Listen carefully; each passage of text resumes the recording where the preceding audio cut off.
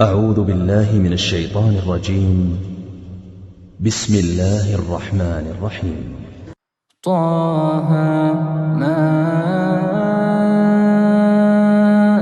أنزلنا عليك القرآن لتشقى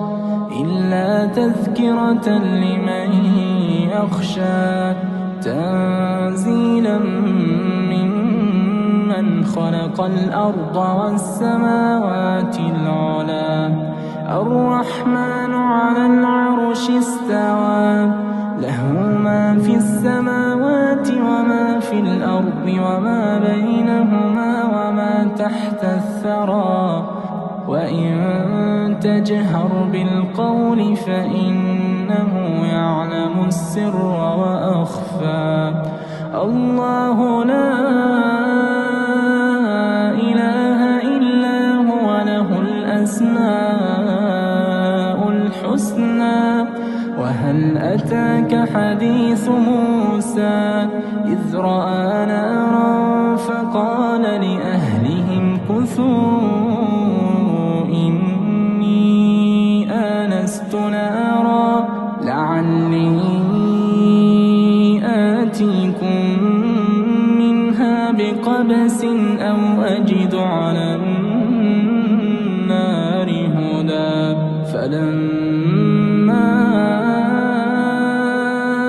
آتاها نودي يا موسى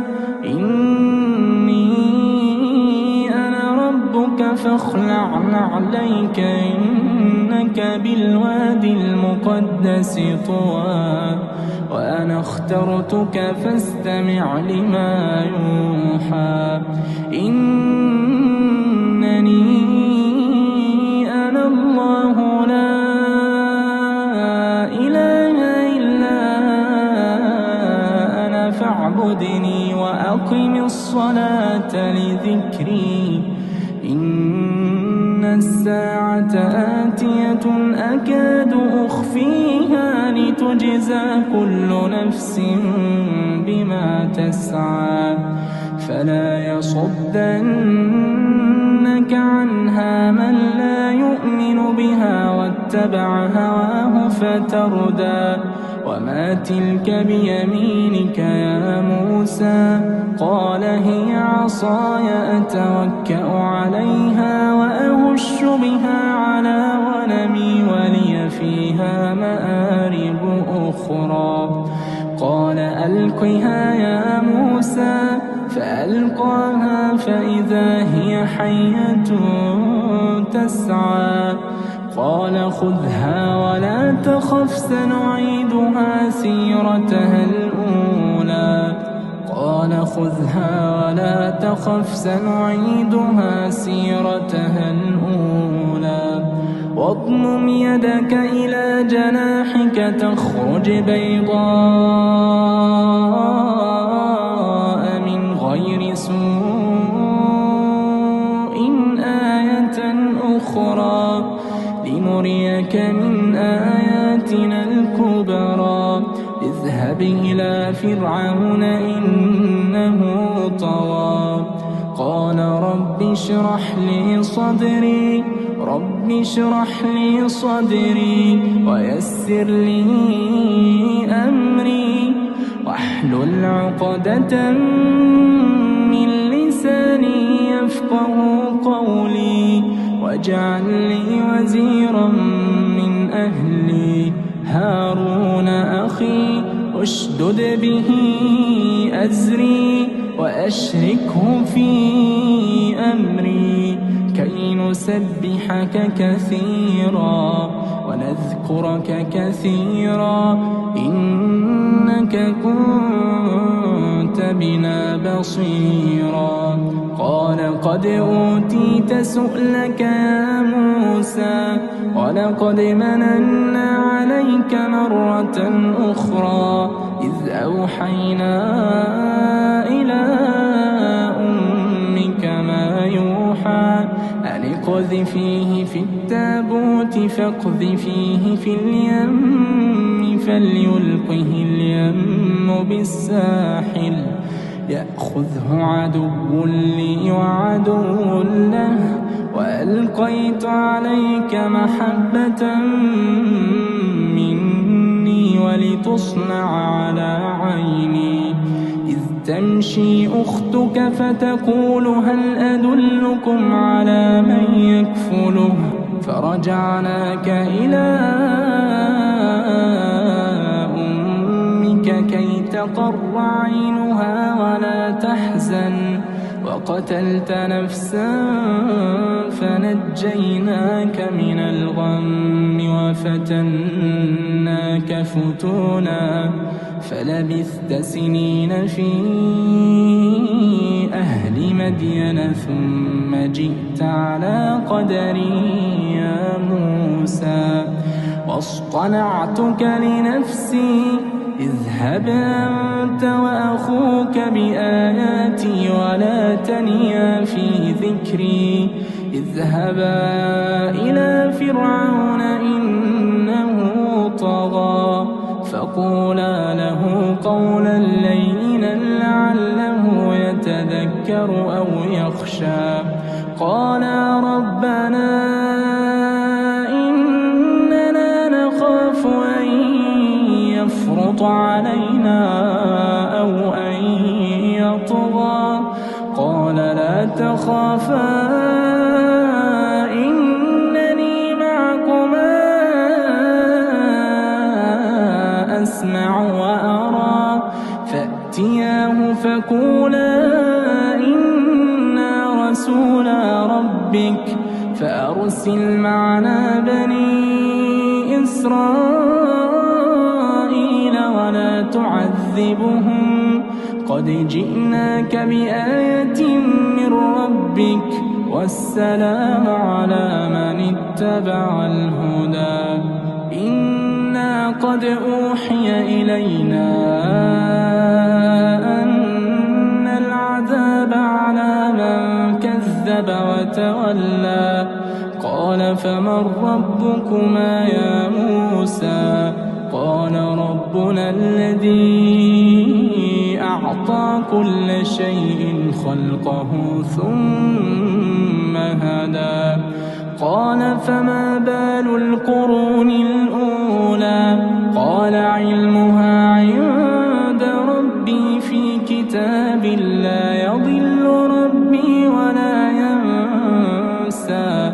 الذي جعل لكم الأرض مهدا وسلك لكم فيها سبلا وأنزل من السماء ماء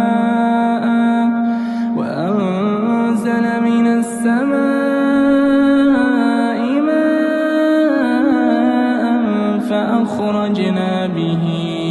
أزواجا من نبات شتى كلوا وارعوا أنعامكم إن في ذلك لآيات لأولي النهى منها خلقناكم وفيها نعيدكم ومنها نخرجكم تارة أخرى ولقد أريناه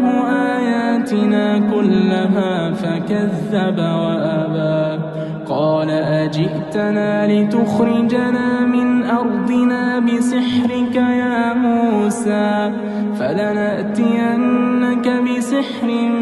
مثله فاجعل بيننا وبينك موعدا لا نخلفه نحن ولا أنت مكانا سوى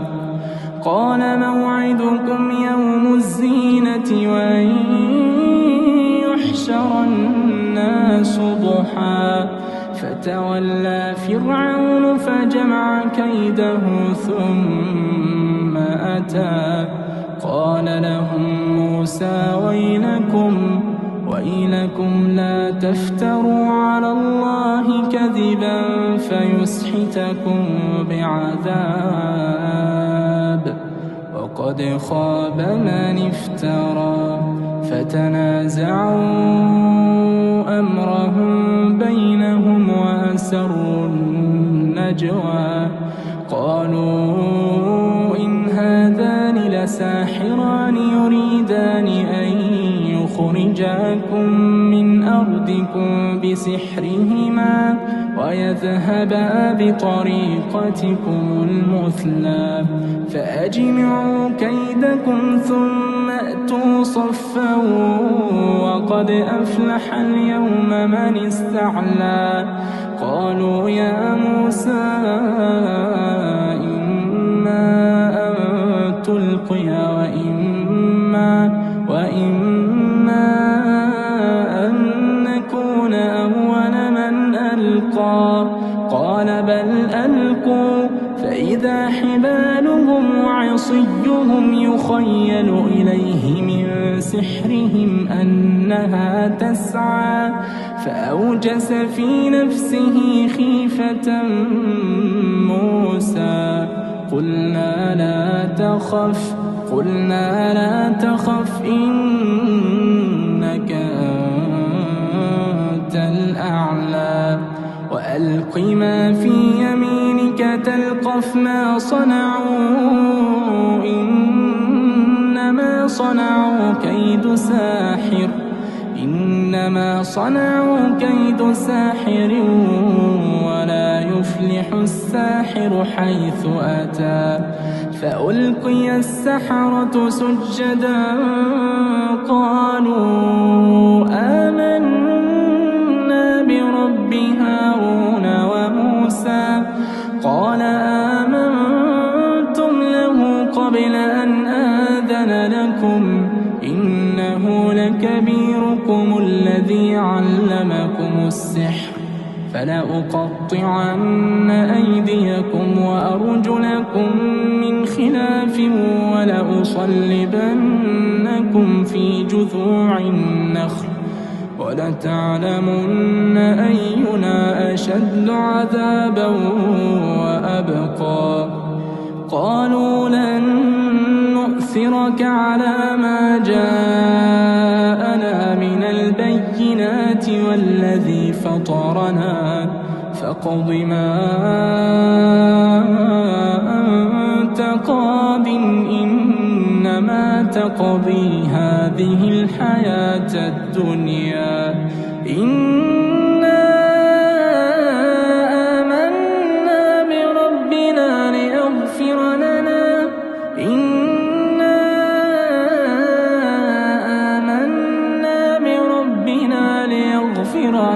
خطايانا وما أكرهتنا عليه من السحر والله خير وأبقى إنه من يأت ربه مجرما فإن له جهنم لا يموت فيها ولا يحيا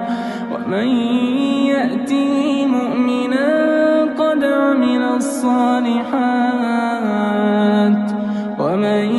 يأته مؤمنا قد عمل الصالحات فأولئك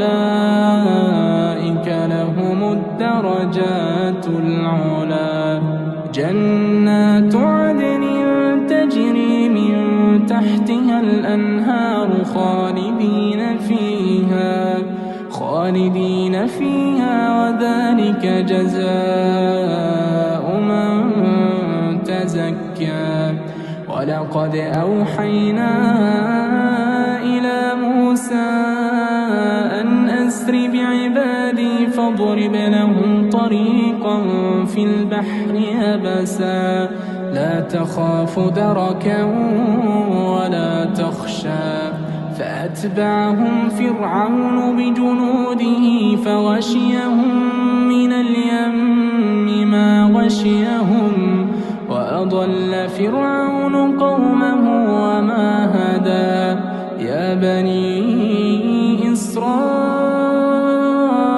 قد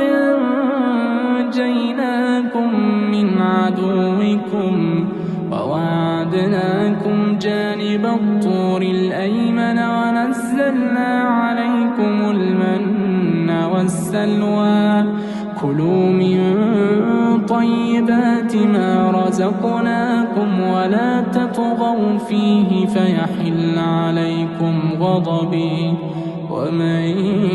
يحلل عليه غضبي فقد هوى وإني لغفار لمن تاب وآمن وعمل صالحا ثم اهتدى وما أعجلك عن قومك يا موسى قال هم أولئك على أثري وعجلت إليك رب لترضى قال فإنا قد فتنا قومك من بعدك وأضلهم السامري فرجع موسى إلى قومه غضبان أسفا قال يا قوم ألم يعدكم ربكم وعدا حسنا أفطال عليكم العهد أم أردتم أن يحل عليكم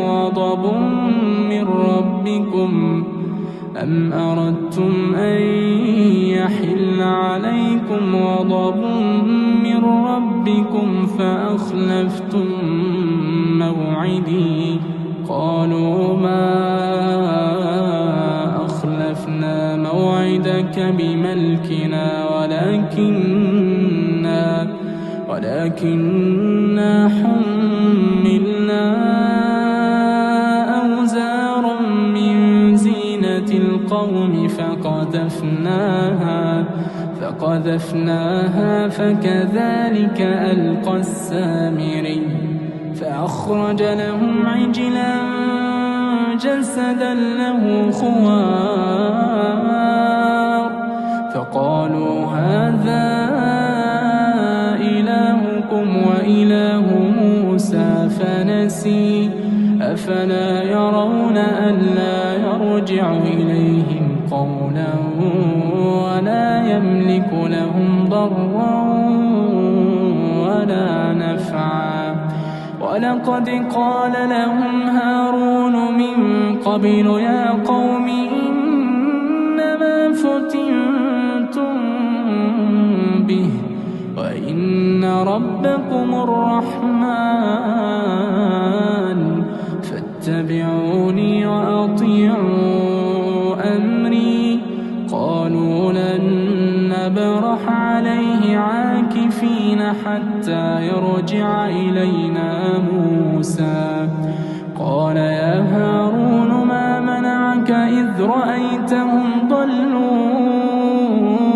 ألا تتبعني أفعصيت أمري قال يا ابن لا تأخذ بلحيتي ولا برأسي إني خشيت أن تقول فرقت بين بني إسرائيل إني خشيت أن تقول فرقت بين بني إسرائيل ولم ترقب قولي قال فما خطبك يا سامري قال بصرت بما لم يبصروا به فقبضت قبضة من أثر الرسول فنبذتها وكذلك سولت لي نفسي قال فاذهب فإن لك في الحياة أن تقول لا مساس وإن لك موعدا لن تخلفه وانظر إلى إلهك الذي ظلت عليه عاكفا لنحرقنه ثم لننسفنه في اليم نسفا إنما إلهكم الله الذي لا إله إلا هو وسع كل شيء علما كذلك نقص نقص عليك من أنباء ما قد سبق وقد آتيناك من لدنا ذكرا من أعرض عنه فإنه يحمل يوم القيامة وزرا خالدين فيه وساء لهم يوم القيامة حملا يوم ينفخ في الصور ونحشر المجرمين يومئذ زرقا يتخافتون بينهم إن لبثتم إلا عشرا نحن أعلم بما يقولون إذ يقول أمثلهم طريقة إن لبثتم إلا يوما ويسألونك عن الجبال فقل ينسفها ربي نسفا فيذرها قاعا صفصفا لا ترى فيها عوجا ولا أمتا يومئذ يتبعون الداعي لا عوج له وخشعت الأصوات للرحمن فلا تسمع إلا همسا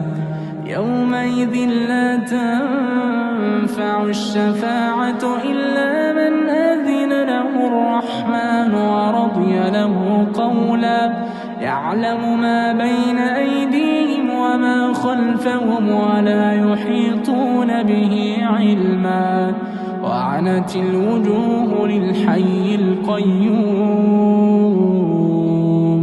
وقد خاب من حمل ظلما ومن يعمل من الصالحات وهو مؤمن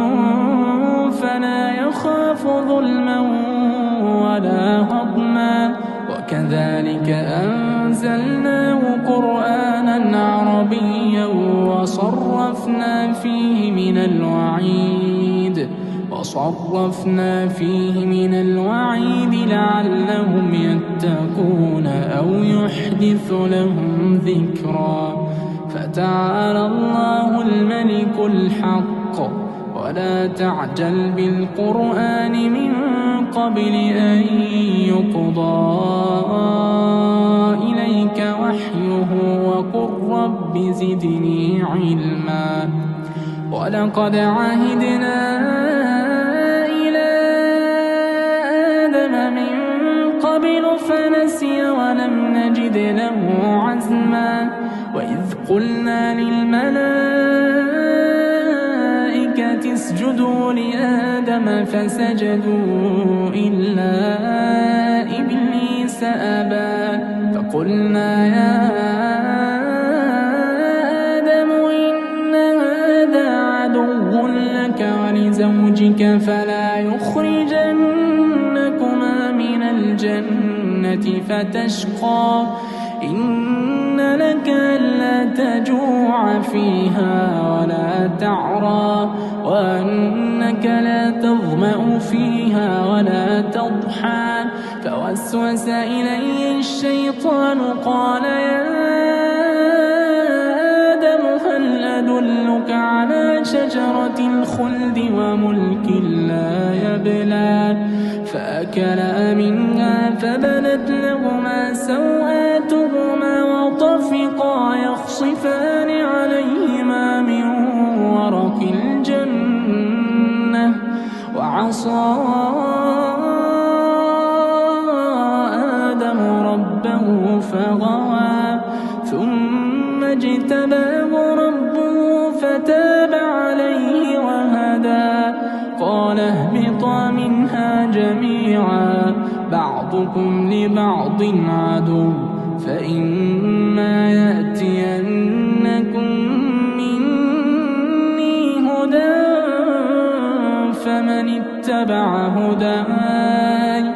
فمن اتبع هداي فلا يضل ولا يشقى ومن أعرض عن ذكري فإن له معيشة ضنكا ونحشره يوم القيامة أعمى قال رب لم حشرتني قد كنت بصيرا قال كذلك أتتك آياتنا فنسيتها وكذلك اليوم تنسى وكذلك نجزي من أسرف ولم يؤمن بآيات ربه ولعذاب الآخرة أشد وأبقى أفلم يهد لهم كم أهلكنا قبلهم من القرون يمشون في مساكنهم إن في ذلك لآيات لأولي النهى ولولا كلمة سبقت من ربك لكان لزاما وأجل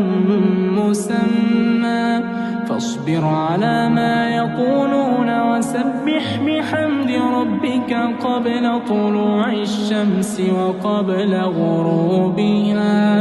ومن آناء الليل فسبح وأطراف النهار لعلك ترضى ولا تمدن عينيك إلى ما متعنا به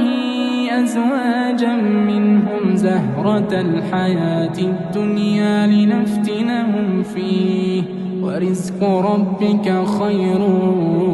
وأبقى وأمر أهلك بالصلاة واصطبر عليها لا نسألك رزقا نحن نرزقك والعاقبة للتقوى وقالوا لولا يأتينا بآية من ربه أولم تأتهم بينة ما في الصحف الأولى ولو أنا أهلكناهم بعذاب من قبله لقالوا ربنا لولا أرسلت إلينا رسولا فنتبع آياتك من قبل أن نذل ونخزى قل كل متربص فتربصوا فستعلمون من أصحاب الصراط السوي ومن اهتدى. أعوذ بالله من الشيطان الرجيم. بسم الله الرحمن الرحيم. إذا وقعت الواقعة ليس لوقعتها كاذبة خافضة رافعة إذا رجت الأرض رجا وبست الجبال بسا فكانت هباء منبثا وكنتم أزواجا ثلاثة فأصحاب الميمنة ما أصحاب الميمنة وأصحاب المشأمة ما أصحاب المشأمة والسابقون السابقون أولئك المقربون في جنات النعيم ثلة من الأولين وقليل من الآخرين على سرر موضونة متكئين عليها متقابلين يطوف عليهم ولدان مخلدون بأكواب وأباريق وكأس من معين لا يصدعون عنها ولا ينزفون وفاكهة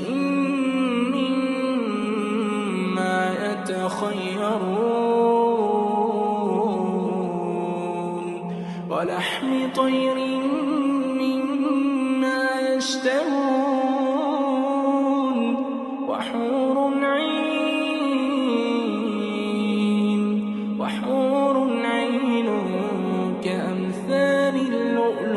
مكنون جزاء بما كانوا يعملون لا يسمعون فيها لغوا ولا تأثيما إلا قيلا سلاما سلاما وأصحاب اليمين ما أصحاب اليمين في سدر مخضود وطلح منضود وظل ممدود وماء مسكوب وفاكهة كثيرة لا مقطوعة ولا ممنوعة وفرش مرفوعة إنا أنشأناهن إنشاء فجعلناهن أبكارا عربا أترابا لأصحاب اليمين ثلة من الأولين وثلة من الآخرين وأصحاب الشمال ما أصحاب الشمال في سموم وحميم وظل من يحموم لا بارد ولا كريم إنهم كانوا قبل ذلك مترفين وكانوا يصرون على الحنث العظيم وكانوا يقولون أئذا متنا وكنا ترابا وعظاما أئنا لمبعوثون أوآباؤنا الأولون قل إن الأولين والآخرين قل إن الأولين والآخرين لمجموعون إلى ميقات يوم معلوم ثم إنكم أيها الضالون المكذبون لآكلون من شجر من زقوم فمالئون منها البطون فشاربون عليه من الحميم فشاربون شرب الهيم هذا نزلهم يوم الدين نحن خلقناكم فلولا تصدقون أفرأيتم ما تمنون أأنتم تخلقونه أم نحن الخالقون نحن قدرنا بينكم الموت وما نحن بمسبوقين على أن نبدل أمثالكم وننشئكم فيما لا تعلمون ولقد علمتم النشأة الأولى فلولا تذكرون أفرأيتم ما تحرثون أأنتم تزرعونه أم نحن الزارعون نشاء لجعلناه حطاما فظلتم تفكهون إنا لمغرمون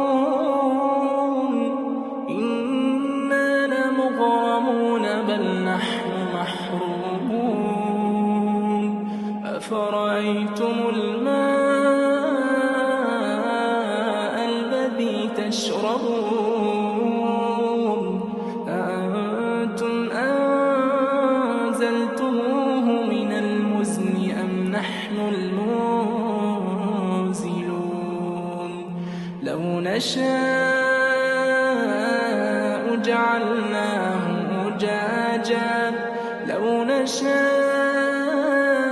جعلناه أجاجا فلولا تشكرون أفرأيتم النار التي تورون أأنتم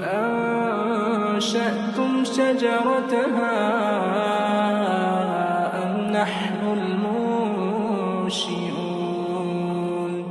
نحن جعلناها تذكرة ومتاعا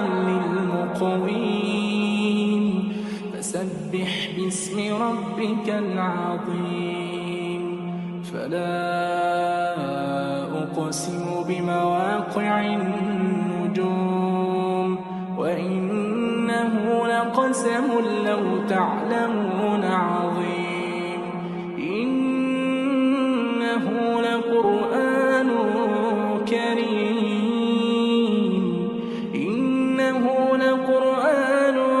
كريم في كتاب مكنون لا يمسه إلا المطهرون تنزيل من رب العالمين أفبهذا الحديث أنتم مدهنون وتجعلون رزقكم أنكم تكذبون فلولا إذا بلغت الحلقوم وأنتم حينئذ تنظرون ونحن أقرب إليه منكم ولكن لا تبصرون فلولا إن كنتم غير مدينين ترجعونها إن كنتم صادقين فأما إن كان من المقربين فروح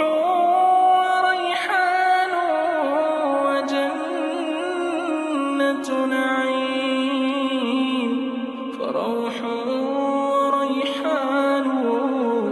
وجنة نعيم وأما إن كان من أصحاب اليمين فسلام لك من أصحاب اليمين وأما إن كان من المكذبين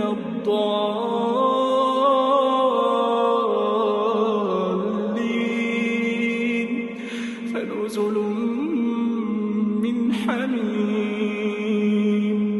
وتصلية جحيم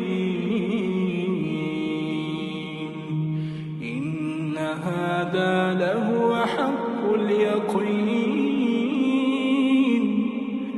إن هذا لهو حق اليقين فسبح باسم ربك العظيم بسم الله الرحمن الرحيم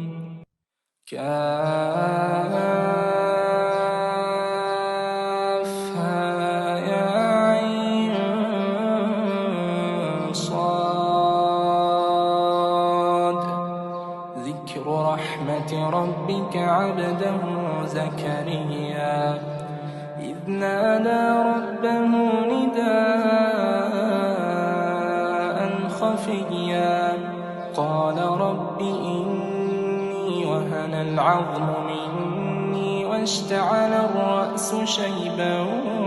ولم أكن بدعائك رب شقيا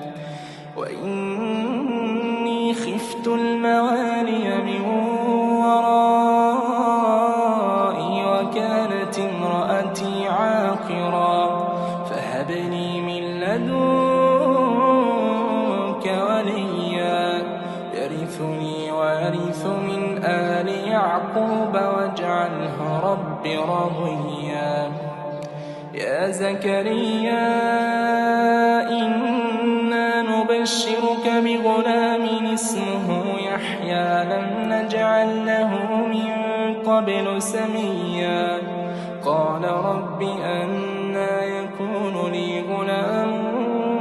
وكانت امرأتي عاقرا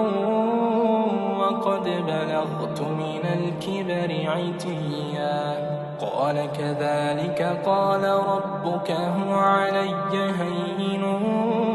وقد خلقتك من قبل ولم تك شيئا قال رب اجعل لي آية قال آيتك ألا تكلم الناس 3 ليال سويا فخرج على قومه من المحراب فأوحى إليهم أن سبحوا بكرة وعشيا يا يحيى خذ الكتاب بقوة وآتيناه الحكم صبيا وحنانا من لدنا وزكاة وكان تقيا وبرا بوالديه ولم يكن جبارا عصيا وسلام عليه يوم ولد ويوم يموت ويوم يبعث حيا واذكر في الكتاب مريم إذ انتبذت من أهلها مكانا شرقيا فاتخذت من دونهم حجابا فأرسلنا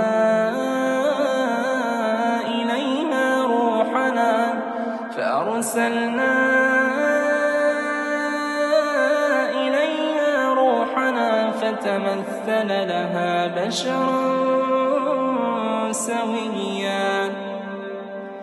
قالت إني أعوذ بالرحمن منك إن كنت تقيا قال إنما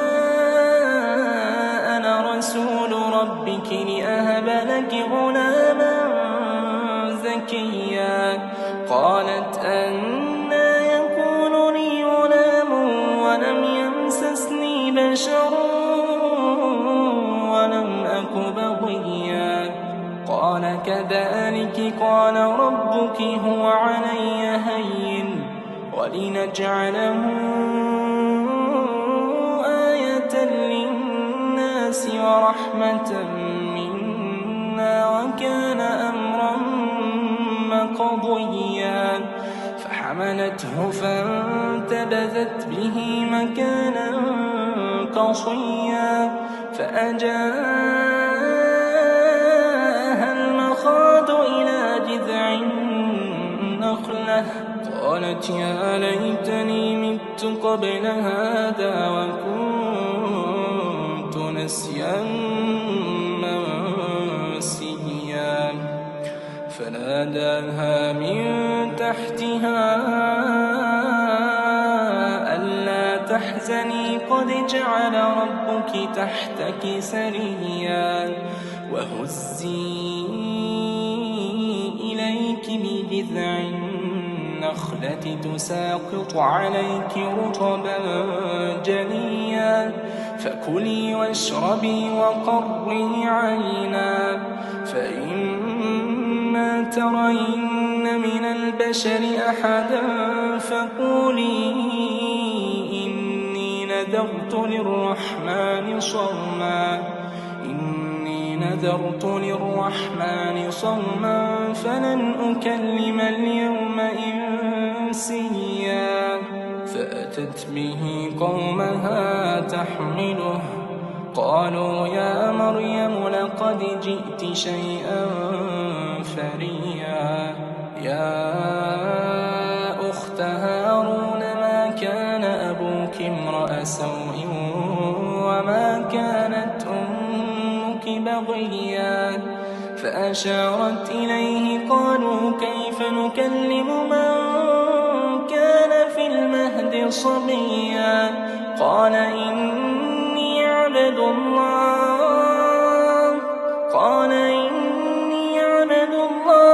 آتاني الكتاب وجعلني مباركا أينما كنت وأوصاني بالصلاة والزكاة ما دمت حيا وبرا بوالدتي ولم يجعلني جبارا شقيا والسلام علي يوم ولدت ويوم أموت ويوم أبعث حيا ذلك عيسى بن مريم قول الحق الذي فيه يمترون ما كان لله أن يتخذ من ولد سبحانه إذا قضى أمرا فإنما يقول له كن فيكون وإن الله ربي وربكم فاعبدوه هذا صراط مستقيم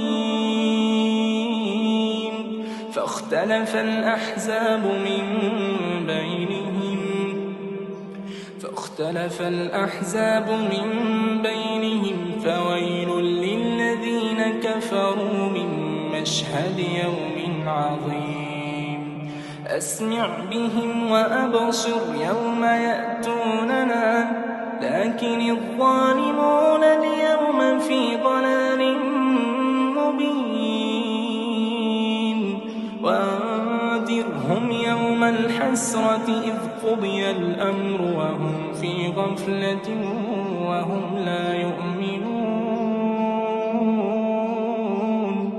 إنا نحن نرث الأرض ومن عليها وإلينا يرجعون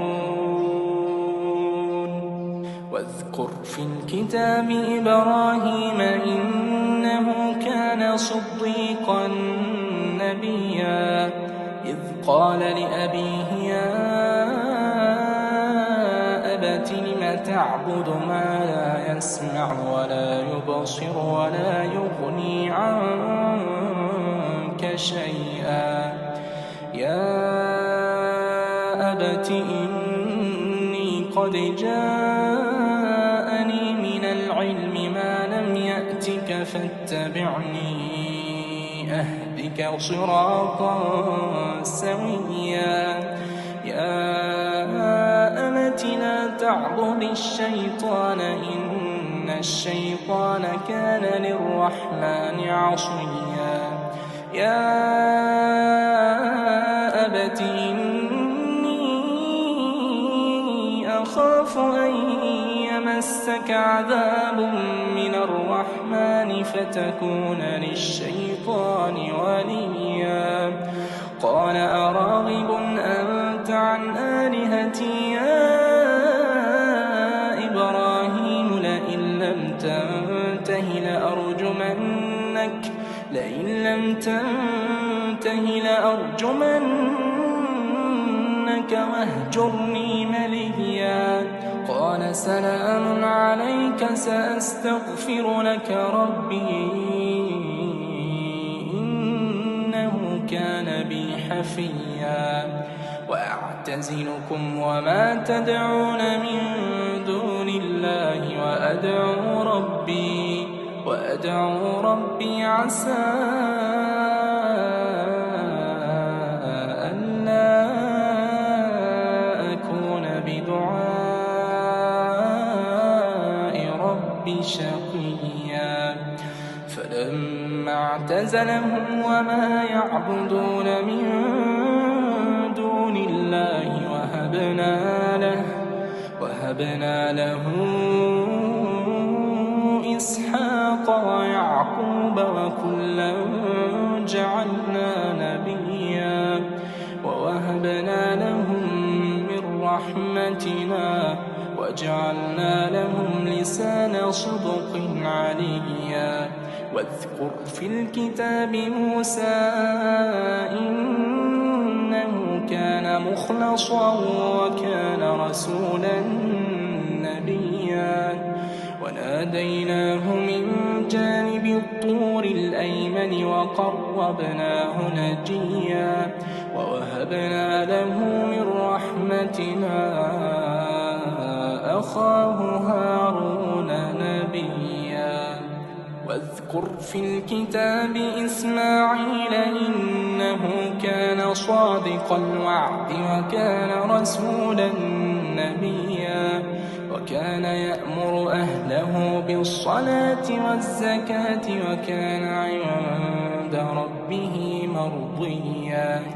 واذكر في الكتاب إدريس إنه كان صديقا نبيا ورفعناه مكانا عليا أولئك الذين أنعم الله عليهم من النبيين من ذرية آدم وممن حملنا مع نوح ومن ذرية إبراهيم وإسرائيل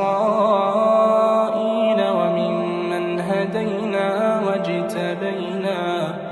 إذا تتلى عليهم آيات الرحمن خروا سجدا وبكيا فخلف من بعدهم خلف أضاعوا الصلاة واتبعوا الشهوات فسوف يلقون غيا إلا من تاب وآمن وعمل صالحا فأولئك يدخلون الجنة ولا يظلمون شيئا جنات عدن التي وعد الرحمن عباده بالغيب إنه كان وعده مأتيا لا يسمعون فيها لغوا إلا سلاما ولهم رزقهم فيها بكرة وعشيا تلك الجنة التي نورث من عبادنا من كان تقيا وما نتنزل إلا بأمر ربك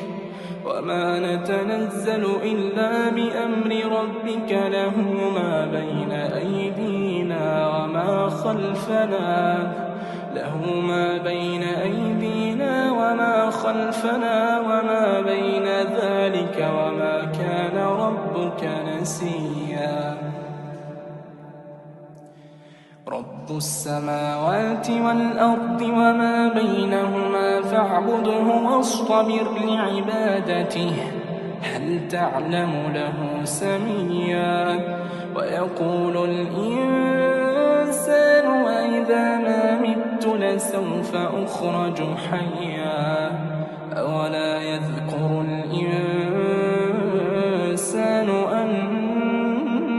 أنا خلقناه من قبل ولم يك شيئا فوربك لنحشرنهم والشياطين ثم لنحضرنهم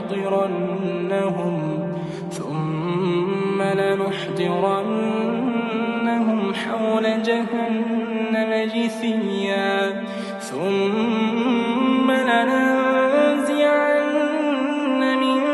كل شيعة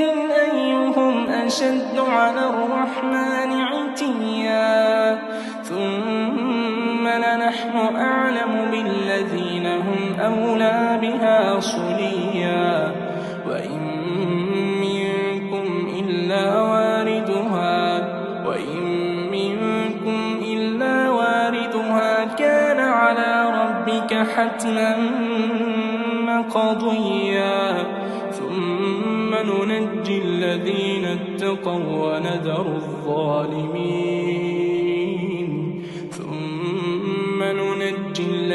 اتقوا ونذر الظالمين فيها جثيا وإذا تتلى عليهم آياتنا بينات قال الذين كفروا للذين آمنوا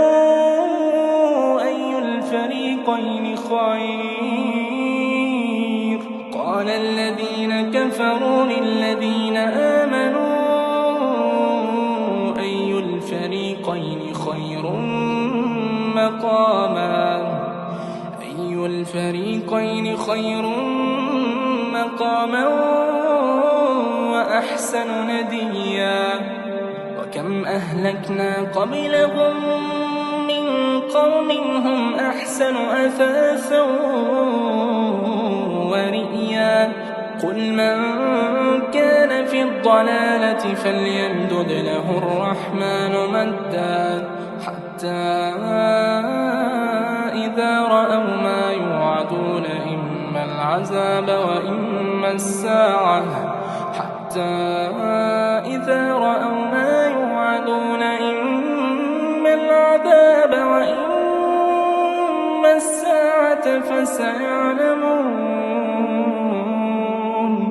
فسيعلمون من هو شر مكانا وأضعف جندا ويزيد الله الذين اهتدوا هدى والباقيات الصالحات خير عند ربك ثوابا وخير مردا أفرأيت الذي كفر بآياتنا وقال لأوتين مالا وولدا أطلع الغيب أم اتخذ عند الرحمن عهدا كلا سنكتب ما يقول ونمد له من العذاب مدا ونرثه ما يقول ويأتينا فردا واتخذوا من دون الله آلهة ليكونوا لهم عزا كلا سيكفرون بعبادتهم ويكونون عليهم ضدا ألم تر أنا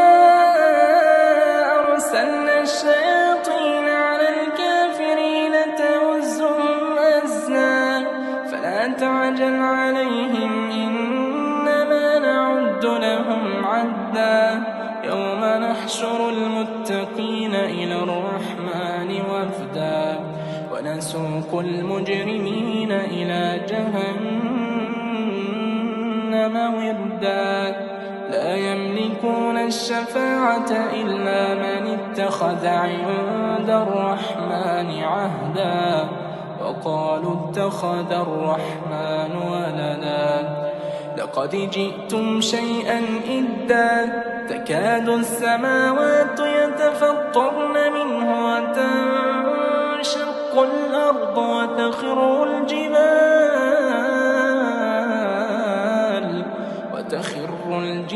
هدا أن دعوا للرحمن ولدا وما ينبغي للرحمن أن يتخذ ولدا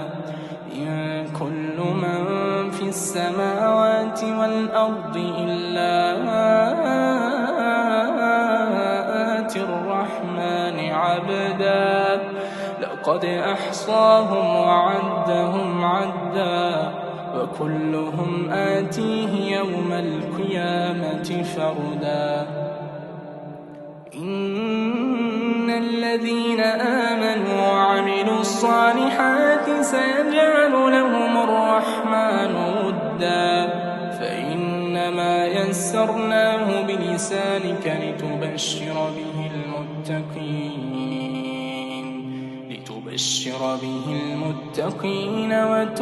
وتنذر به قوما لدا وكم أهلكنا قبلهم من قرن هل تحس منهم من أحد أو تسمع لهم ركزا أعوذ بالله من الشيطان الرجيم بسم الله الرحمن الرحيم إنا أرسلنا نوحا إلى قومه أن أنذر قومك من قبل أن يأتيهم عذاب أليم قال يا قوم إني لكم نذير مبين أن اعبدوا الله واتقوه وأطيعون يغفر لكم من ذنوبكم ويؤخركم إلى أجل مسمى إن أجل الله إذا جاء لا يؤخر لو كنتم تعلمون قال رب إني دعوت قومي ليلا ونهارا فلم يزدهم دعائي إلا فرارا وإني كلما دعوتهم لتغفر لهم جعلوا أصابعهم في آذانهم واستغشوا ثيابهم وأصروا واستكبروا استكبارا ثم إني دعوتهم جهارا ثم إني أعلنت لهم وأسررت لهم إسرارا فقلت استغفروا ربكم إنه كان غفارا يرسل السماء عليكم مدرارا ويمددكم بأموال وبنين ويجعل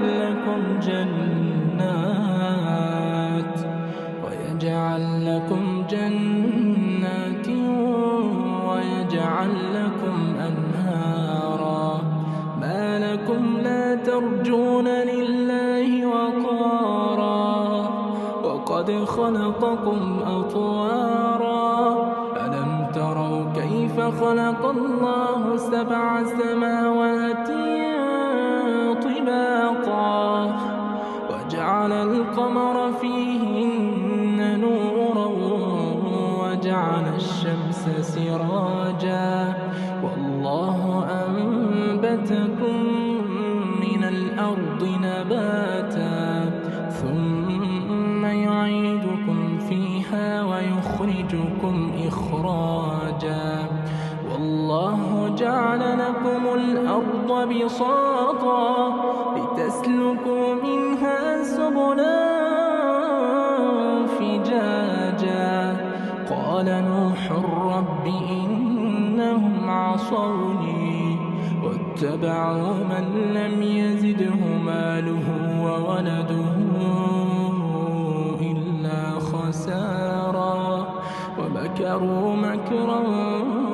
كبارا وقالوا لا تذرن آلهتكم ولا تذرن ودا ولا سواعا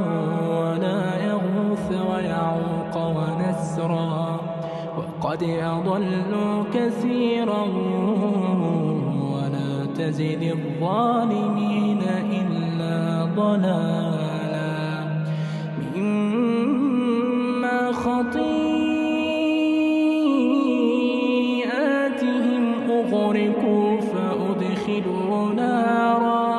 فأدخلوا نارا فلم يجدوا لهم من دون الله أنصارا وقال نوح رب لا تذر على الأرض من الكافرين ديارا إنك إن تذرهم يضلوا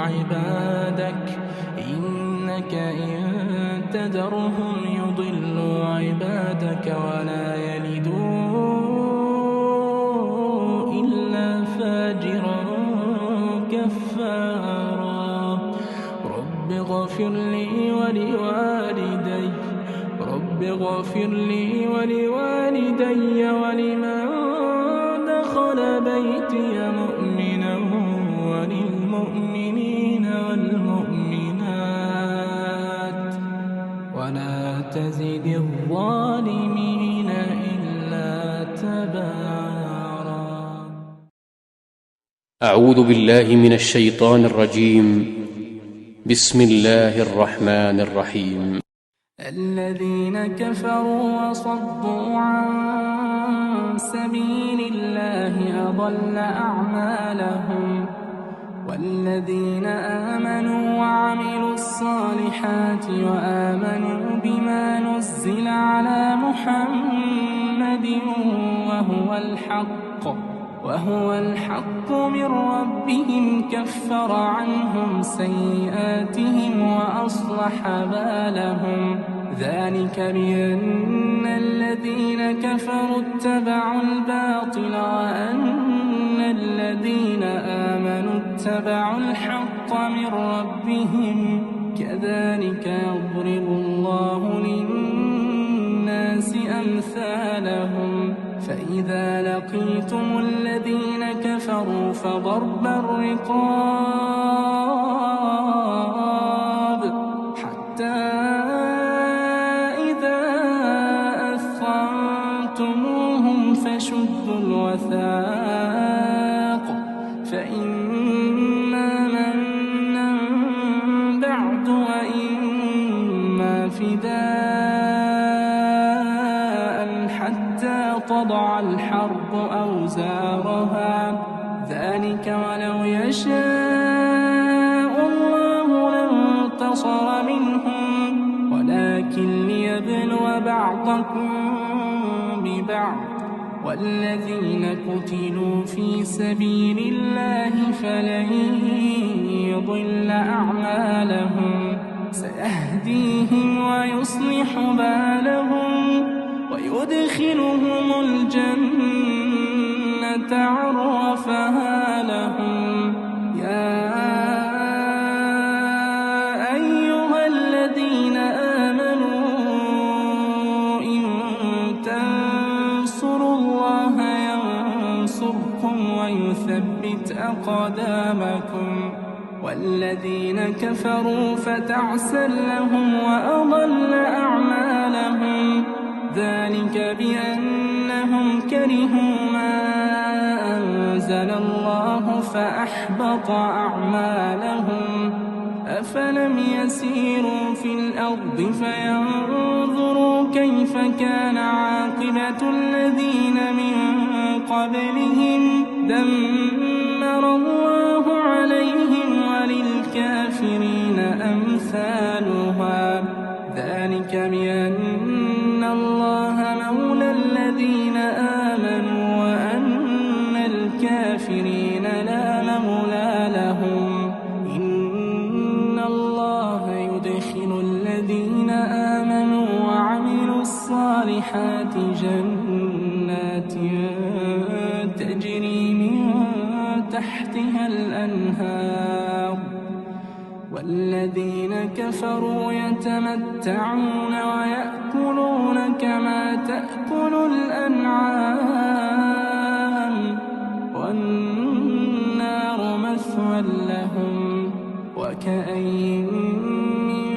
قرية هي أشد قوة من قريتك التي أخرجتك أهلكناهم فلا ناصر لهم. أفمن كان على بينة من ربه كمن زين له سوء عمله واتبعوا أهواءهم. مثل الجنة التي وعد المتقون فيها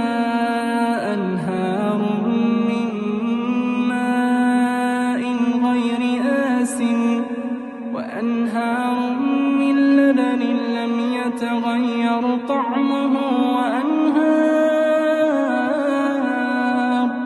وأنهار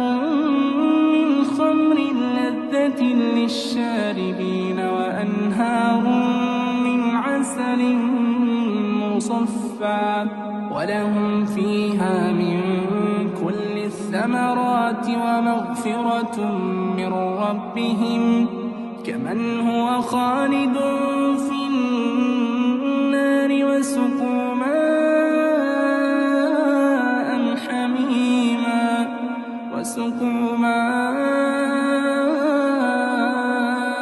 حميما فقطع أمعاءهم. ومنهم من يستمع إليك حتى إذا خرجوا من عندك قالوا للذين أوتوا العلم ماذا قال آنفا أولئك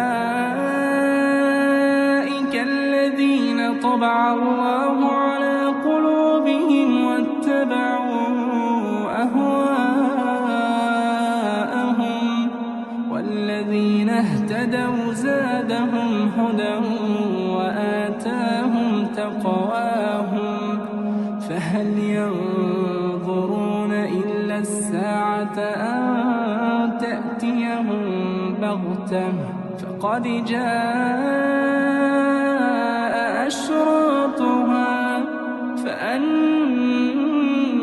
لهم إذا جاءتهم ذكراهم.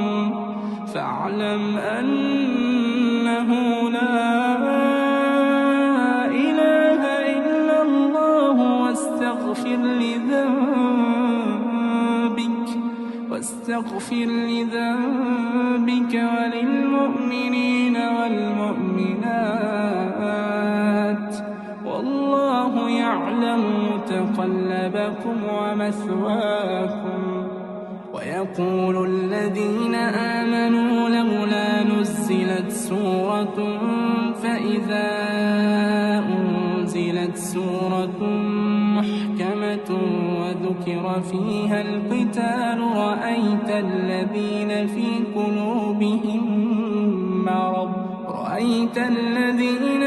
قلوبهم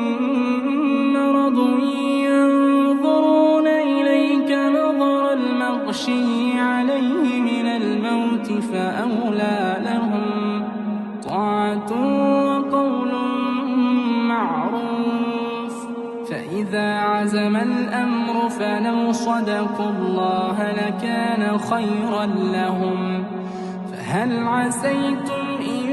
توليتم أن تفسدوا في الأرض وتقطعوا أرحامكم أولئك الذين لعنهم الله فأصمهم وأعمى أبصارهم. أفلا يتدبرون القرآن أم على قلوب أقفالها. إن الذين ارتدوا على أدبارهم من بعد ما تبين لهم الهدى الشيطان سول لهم وأملى لهم. ذلك بأنهم قالوا للذين كرهوا ما نزل الله سنطيعكم نطيعكم في بعض الأمر والله يعلم إسرارهم فكيف إذا توفتهم الملائكة يضربون وجوههم وأدبارهم ذلك بأنهم اتبعوا ما أسخط الله وكرهوا رضوانه فأحبط أعمالهم أم حسب الذين في قلوبهم مرض أن لن يخرج الله أضغانهم ولو نشاء لأريناكهم فلعرفتهم بسيماهم ولتعرفنهم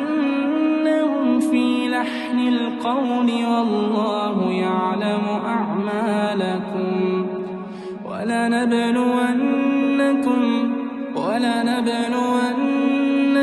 حتى نعلم المجاهدين منكم والصابرين ونبلو أخباركم إن الذين كفروا وصدوا عن سبيل الله وشاقوا الرسول من بعد ما تبين لهم الهدى لن يضروا الله شيئا وسيحبط أعمالهم يا أيها الذين آمنوا أطيعوا الله وأطيعوا الرسول ولا تبطلوا أعمالكم إن الذين كفروا وصدوا عن سبيل الله ثم ماتوا وهم كفار فلن يغفر الله لهم فلا تهنوا وتدعوا إلى السلم وأنتم الأعلون والله معكم ولن يتركم أعمالكم إنما الحياة الدنيا لعب ولهو وإن تؤمنوا وتتقوا يؤتكم أجوركم ولا يسألكم أموالكم إن يسألكموها فيحفكم تبخلوا ويخرج أضغانكم ها أنتم هؤلاء تدعون لتنفقوا في سبيل الله فمنكم من يبخل ومن يبخل فإنما يبخل عن نفسه والله الغني وأنتم الفقراء والله الغني وأنتم الفقراء وإن تتولوا يستبدل قوما غيركم ثم لا يكونوا أمثالكم أعوذ بالله من الشيطان الرجيم بسم الله الرحمن الرحيم ياسين والقرآن الحكيم إنك لمن المرسلين على صراط مستقيم تنزيل العزيز الرحيم لتنذر قوما ما أنذر آباؤهم فهم غافلون لقد حق القول على أكثرهم فهم لا يؤمنون إنا جعلنا في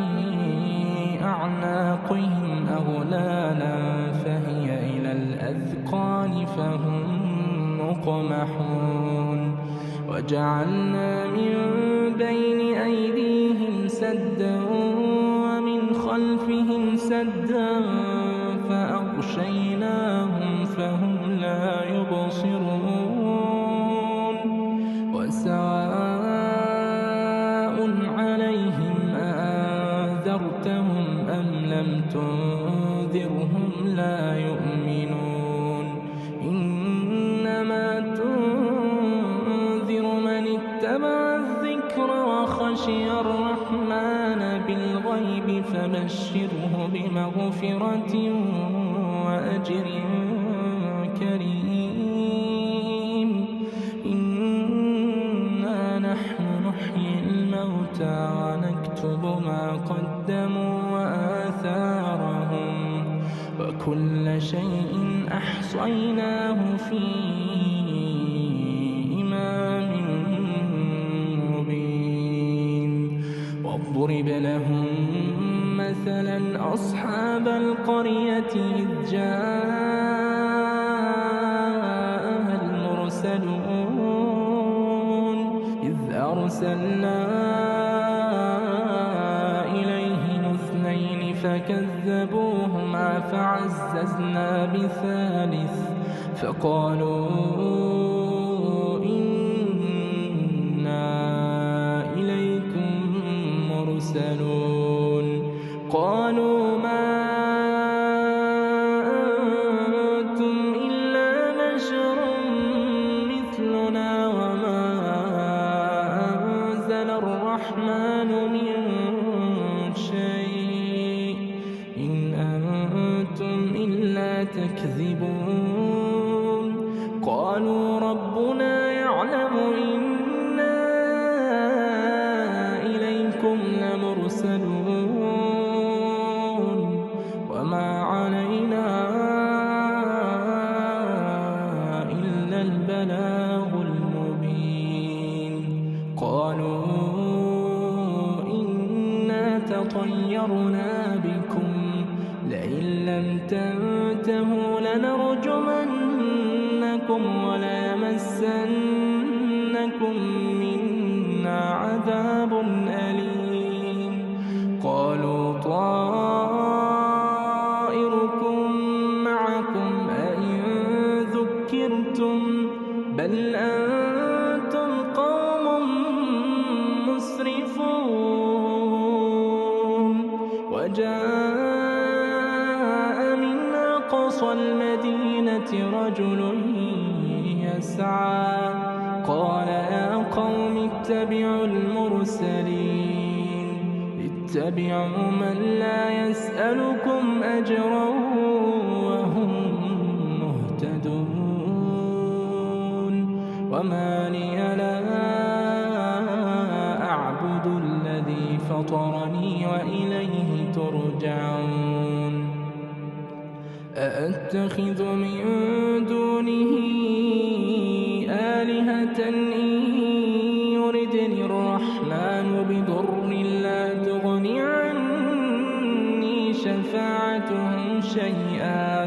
لا تغني عني شفاعتهم شيئا ولا ينقذون إني إذا لفي ضلال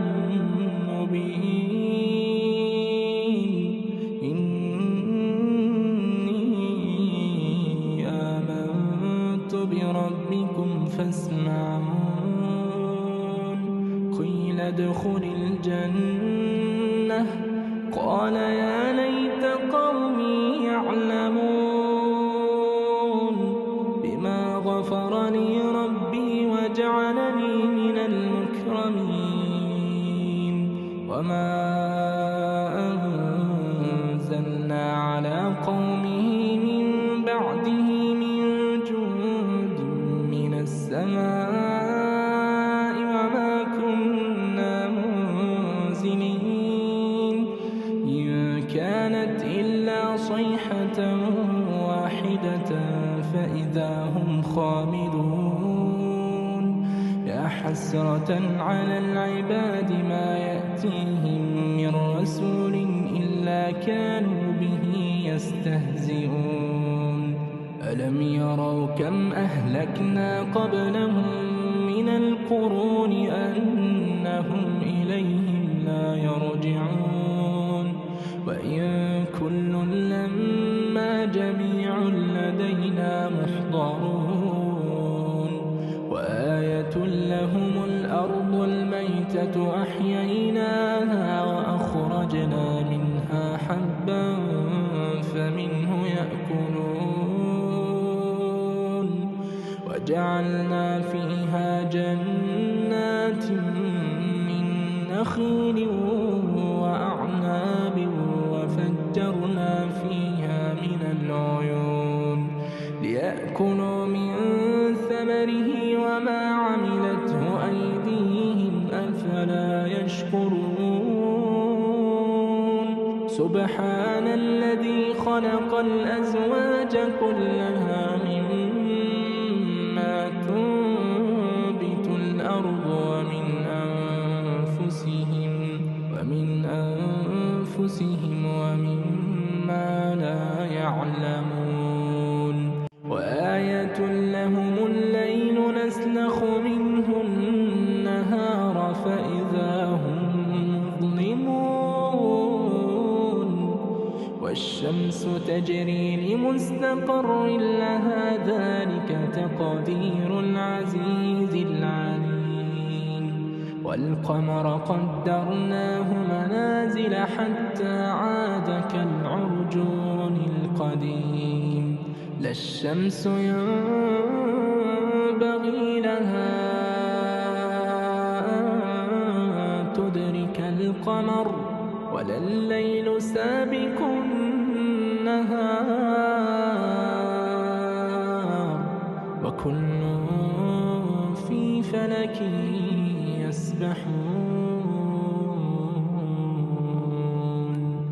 وآية لهم أنا حملنا ذريتهم في الفلك المشحون وخلقنا لهم من مثله ما يركبون وإن نشأ نغرقهم فلا صريخ لهم ولا هم ينقذون إلا رحمة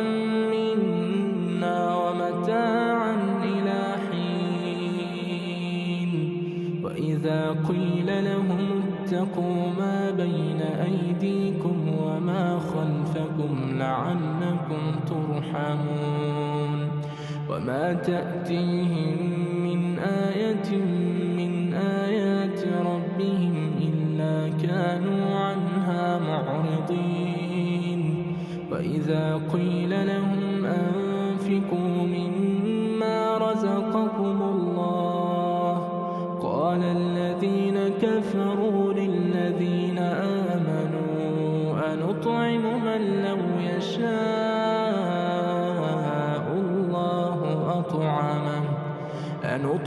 من لو يشاء الله أطعمه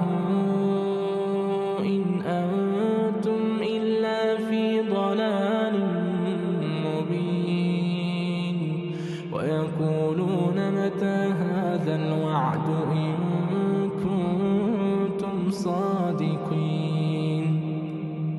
ما ينظرون إلا صيحة واحدة تأخذهم وهم يخصمون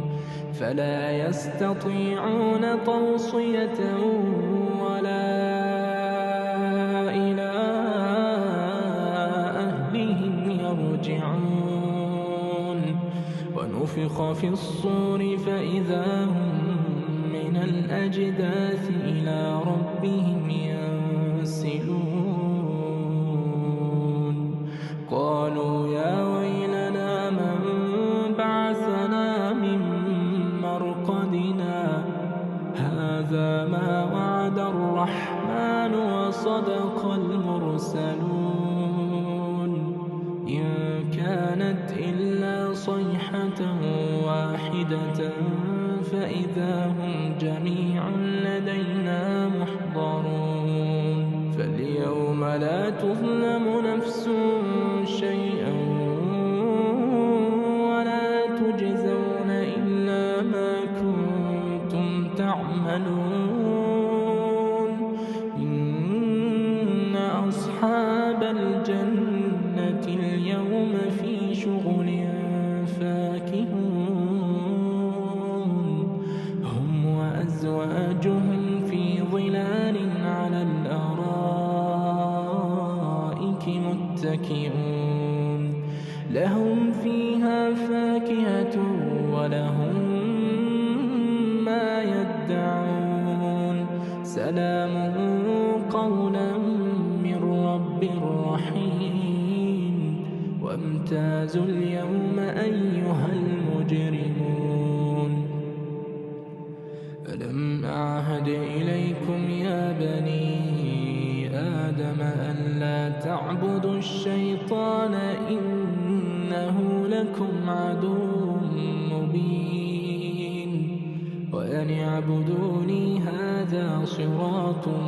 مستقيم ولقد أضل منكم جبلا كثيرا أفلم تكونوا تعقلون هذه جهنم التي كنتم توعدون اصلوها اليوم بما كنتم تكفرون اليوم نختم على أفواههم وتكلمنا أيديهم وتشهد أرجلهم بما كانوا يكسبون ولو نشاء لطمسنا على أعينهم فاستبقوا الصراط فأنى يبصرون ولو نشاء لمسخناهم على مكانتهم فما استطاعوا مضيا ولا يرجعون ومن نعمره ننكسه في الخلق أفلا يعقلون وما علمناه الشعر وما ينبغي له إن هو إلا ذكر وقرآن مبين لينذر من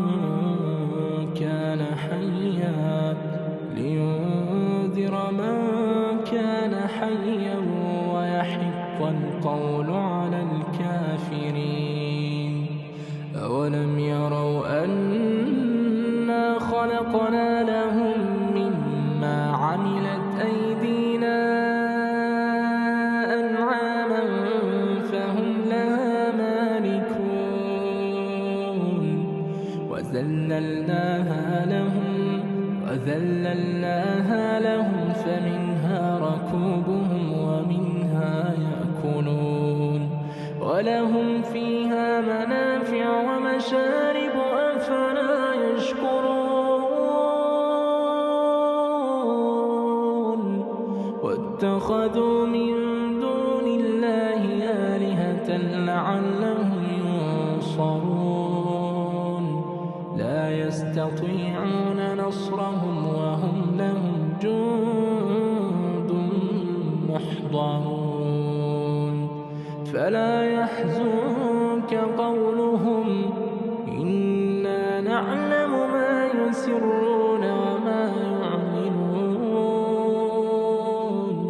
أولم ير الإنسان أنا خلقناه من نطفة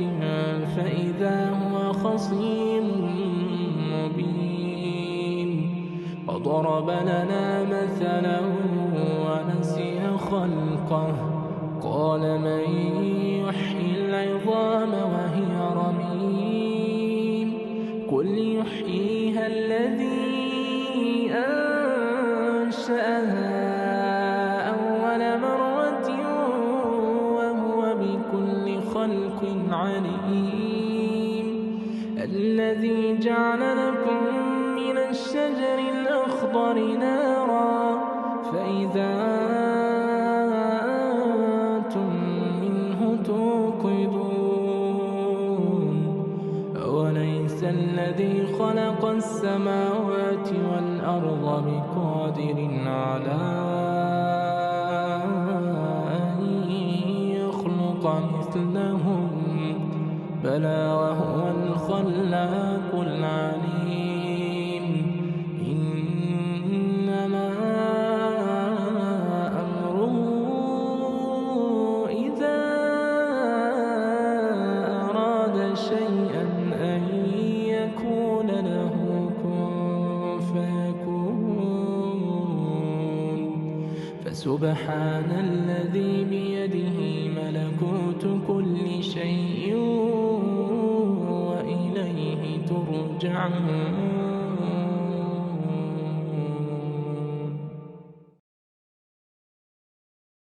بسم الله الرحمن الرحيم ألف لام را تلك آيات الكتاب المبين إنا أنزلناه قرآنا عربيا لعلكم تعقلون نحن نقص عليك أحسن القصص بما أوحينا إليك هذا القرآن وإن كنت من قبله لمن الغافلين إذ قال يوسف لأبيه يا أبت إني رأيت 11 كوكبا والشمس والقمر رأيتهم لي ساجدين قال يا بني لا تقصص رؤياك على إخوتك فيكيدوا لك كيدا إن الشيطان للإنسان عدو مبين وكذلك يجتبيك ربك ويعلمك من تأويل الأحاديث ويتم نعمته عليك وعلى آل يعقوب كما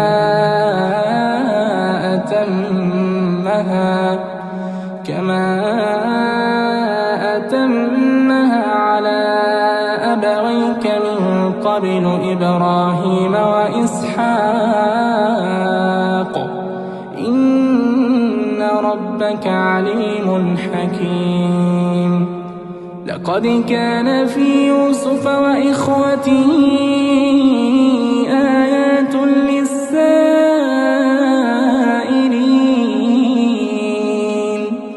إذ قالوا ليوسف وأخوه أحب إلى أبينا منا ونحن عصبة إن أبانا لفي ضلال مبين اقتلوا يوسف أو اطرحوه أرضا يخل لكم وجه أبيكم وتكونوا من بعده قوما صالحين قال قائل منهم لا تقتلوا يوسف وألقوه في غيابة الجب يلتقطه بعد السيارة إن كنتم فاعلين قالوا يا أبانا ما لك لا تأمنا على يوسف وإنا له لناصحون أرسله معنا غدا يرتع ويلعب وإنا له لحافظون قال إني ليحزنني أن تذهبوا به وأخاف أن يأكله الذئب وأنتم عنه غافلون. قالوا لئن أكله الذئب ونحن عصبة إنا إذا لخاسرون. فلما ذهبوا به وأجمعوا أن يجعلوه في غيابة الجب وأوحينا إليه لتنبئنهم بأمرهم هذا وهم لا يشعرون. وجاءوا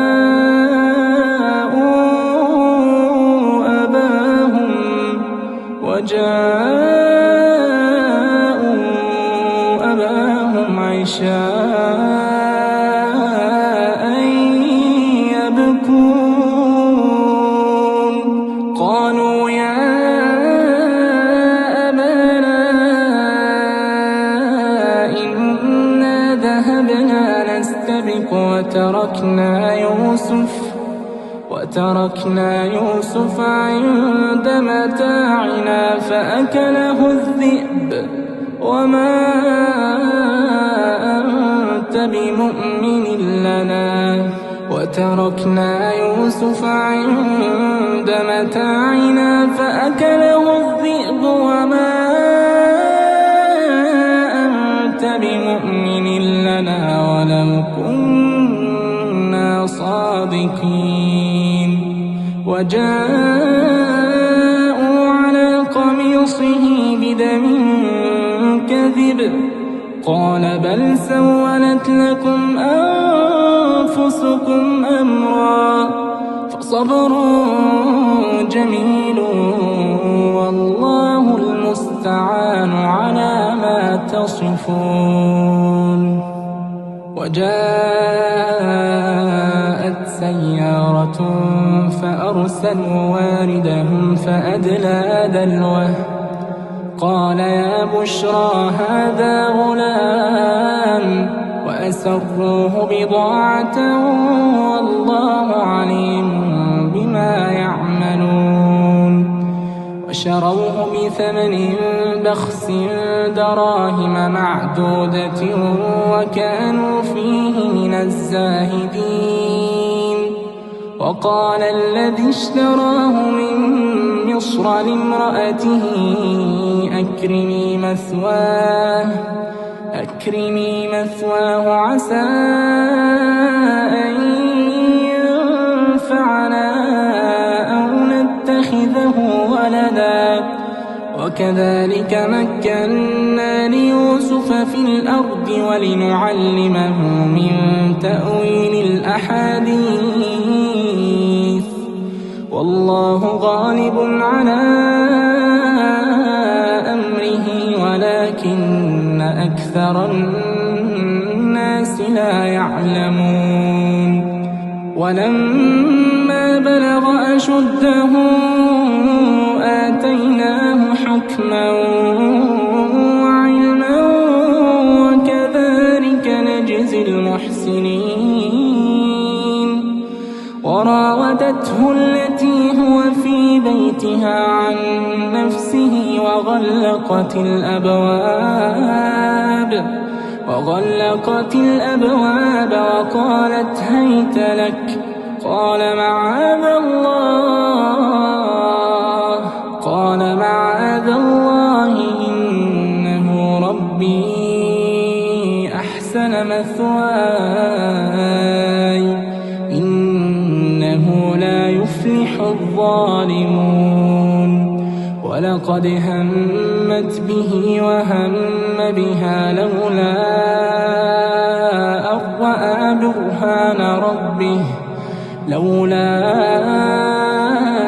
أن رأى برهان ربه كذلك لنصرف عنه السوء والفحشاء إنه من عبادنا المخلصين. واستبق الباب وقدت قميصه من دبر وألف يا سيدها لدى الباب. قالت ما جزاء من أراد بأهلك سوءا إلا أن يسجن أو عذاب أليم. قال هي راودتني عن نفسي وشهد شاهد من أهلها إن كان قميصه قد من قبل فصدقت وهو من الكاذبين وإن كان قميصه قد من دبر فكذبت وهو من الصادقين. فلما رأى قميصه قد من دبر قال إنه من كيدكن إن كيدكن عظيم. يوسف أعرض عن هذا واستغفري لذنبك إنك كنت من الخاطئين. وقال نسوة في المدينة امرأة العزيز تراود فتاها عن نفسه قد شغفها حبا إنا لنراها في ضلال مبين. فلما سمعت بمكرهن أرسلت إليهن وأعتدت لهن متكئا وآتت كل واحدة منهن سكينا وقالت اخرج عليهن. فلما رأينه أكبرنه وقطعن أيديهن وقلن حاش لله ما هذا بشرا إن هذا إلا ملك كريم. قالت فذلكن الذي لمتنني فيه ولقد راودته عن نفسه فاستعصم ولئن لم يفعل ما آمره ليسجنن وليكونن من الصاغرين. قال رب السجن أحب إلي مما يدعونني إليه وإلا تصرف عني كيدهن أصب إليهن وأكن من الجاهلين. فاستجاب له ربه فصرف عنه كيدهن إنه هو السميع العليم. ثم بدا لهم من بعد ما رأوا الآيات ليسجننه حتى حين. ودخل معه السجن فتيان قال أحدهما إني أراني أعصر خمرا وقال الآخر إني أراني أحمل فوق رأسي خبزا تأكل الطير منه نبئنا بتأويله إنا نراك من المحسنين. قال لا يأتيكما طعام ترزقانه إلا نبأتكما بتأويله قبل أن يأتيكما ذلكما مما علمني ربي إني تركت ملة قوم لا يؤمنون بالله وهم بالآخرة هم كافرون واتبعت ملة آبائي إبراهيم وإسحاق ويعقوب ما كان لنا أن نشرك بالله من شيء ذلك من فضل الله علينا وعلى الناس ولكن أكثر الناس لا يشكرون يا صاحبي السجن أأرباب متفرقون خير أم الله الواحد القهار ما تعبدون من دونه إلا أسماء سميتموها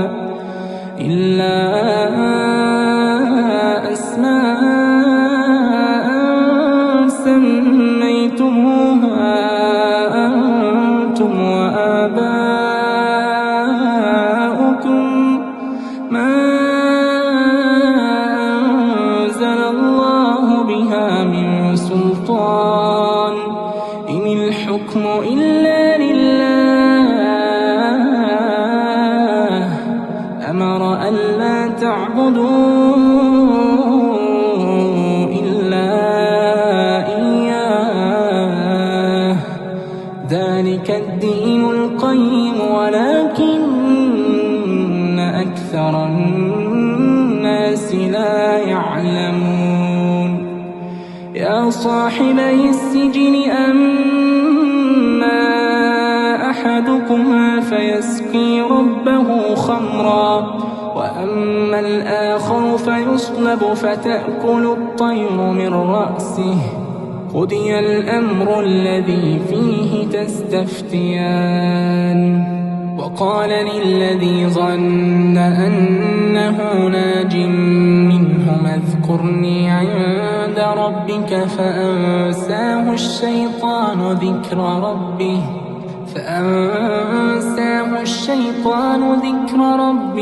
فلبث في السجن بضع سنين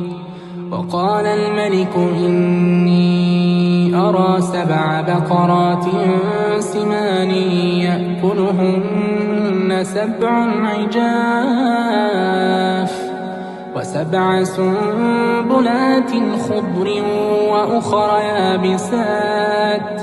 يا أيها الملأ أفتوني في رؤياي إن كنتم للرؤيا تعبرون قالوا أضغاث أحلام وما نحن بتأويل الأحلام بعالمين وقال الذي نجا منهما وادكر بعد أمة أنا أنبئكم بتأويله فأرسلون يوسف أيها الصديق أفتنا في 7 بقرات سمان يأكلهن 7 عجاف و7 سنبلات خضر وأخر يابسات لعلي أرجع إلى الناس لعلهم يعلمون قال تزرعون 7 سنين دأبا فما حصدتم فذروه في سنبله إلا قليلا مما تأكلون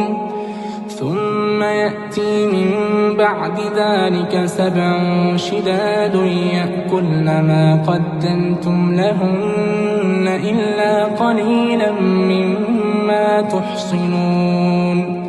ثم يأتي من بعد ذلك عام فيه يغاث الناس وفيه يعصرون وقال الملك ائتوني به فلما جاءه الرسول قال ارجع إلى ربك فاسأله ما بال النسوة اللاتي قطعن أيديهن إن ربي بكيدهن عليم قال ما خطبكن إذ راوتن يوسف عن نفسه قلنا حاش لله ما علمنا عليه من سوء قالت امرأة العزيز الآن حصحص الحق أنا راودته عن نفسه وإنه لمن الصادقين ذلك ليعلم أني لم أخنه بالغيب وأن الله لا يهدي كيد الخائنين وما أبرئ نفسي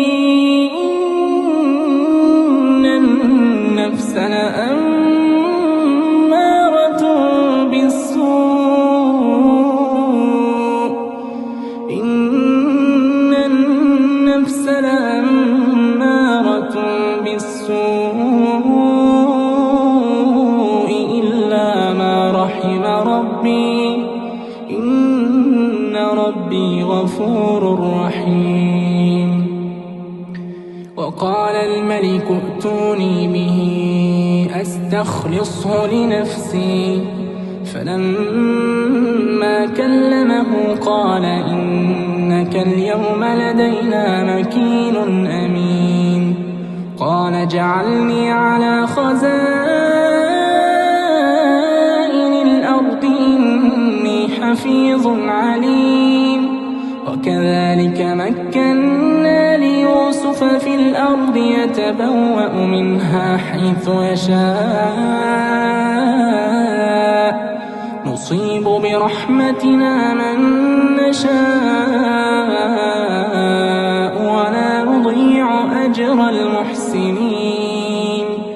ولأجر الآخرة خير للذين آمنوا ولأجر الآخرة خير للذين آمنوا وكانوا يتقون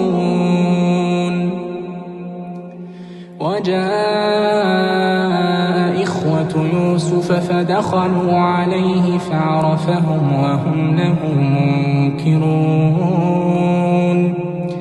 ولما جهزهم بجهازهم قال ائتوني بأخ لكم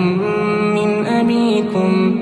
ألا ترون أني أوفي الكيل وأنا خير المنزلين فإن لم تأتوني به فلا كيل لكم عندي ولا تقربون قالوا سنراود عنه أباه وإنا لفاعلون وقال لفتيانه اجعلوا بضاعتهم في رحالهم لعلهم يعرفونها إذا انقلبوا إلى أهلهم لعلهم يرجعون فلما رجعوا إلى أبيهم قالوا يا أبانا منع منا الكيل فأرسل معنا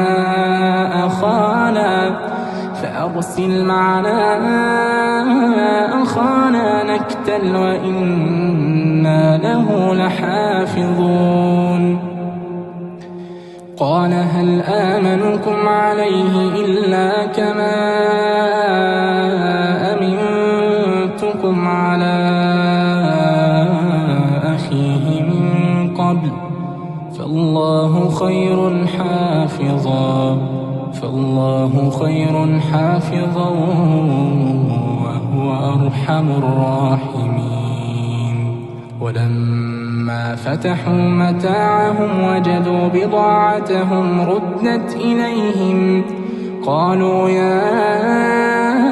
أبانا ما نبغي هذه بضاعتنا ردت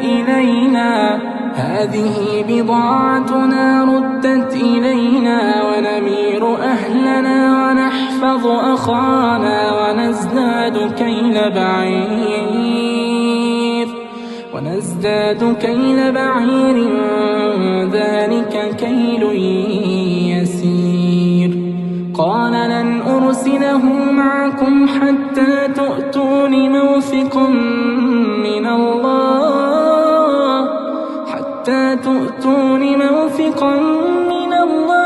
لتأتونني به إلا أن يحاط بكم فلما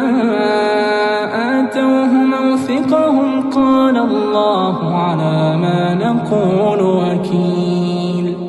وقال يا بني لا تدخلوا من باب واحد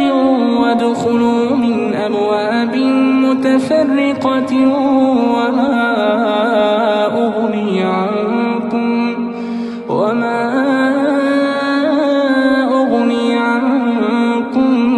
من الله من شيء إن الحكم إلا لله عليه توكلت عليه فليتوكل المتوكلون ولما دخلوا من حيث أمرهم أبوهم ما كان يغني عنهم من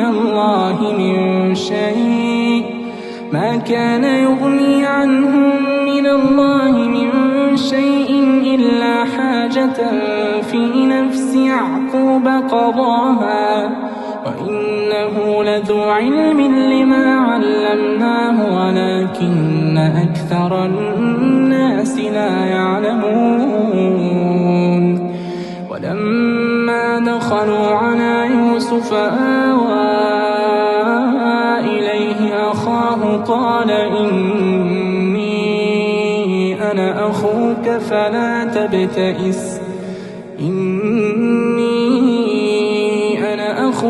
فلا تبتئس بما كانوا يعملون فلما جهزهم بجهازهم جعل السقاية في رحل أخيه ثم أذن مؤذن أيتها العير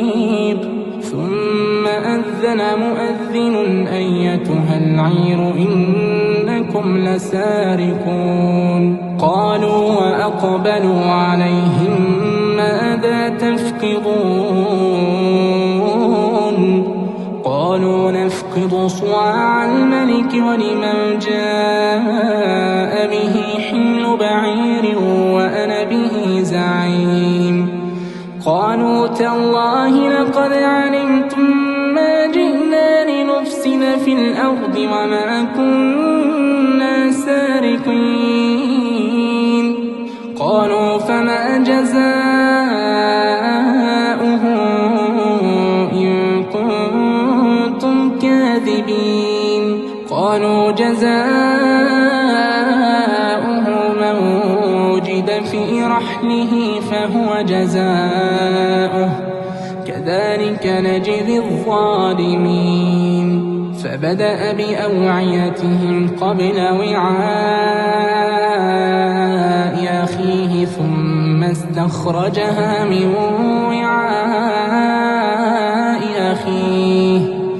كذلك كدنا ليوسف ما كان ليأخذ أخاه في دين الملك إلا أن يشاء الله نرفع درجات من نشاء وفوق كل ذي علم عليم قالوا إن يسرق فقد سرق أخ له من قبل فأسرها يوسف في نفسه ولم يبدها لهم قال أنتم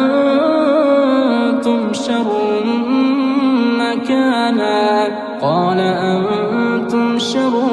مكانا والله أعلم بما تصفون قالوا يا أيها العزيز إن له أبا شيخا كبيرا فخذ أحدنا مكانه إنا نراك من المحسنين قال معاذ الله أن نأخذ إلا من وجدنا متاعنا عنده إنا إذا لظالمون فلما استيئسوا منه خلصوا نجيا قال كبيرهم ألم تعلموا أن أباكم قد أخذ عليكم موثقا من الله ومن قبل ما فرطتم في يوسف فلن أبرح الأرض حتى يأذن لي أبي أو يحكم الله لي وهو خير الحاكمين ارجعوا إلى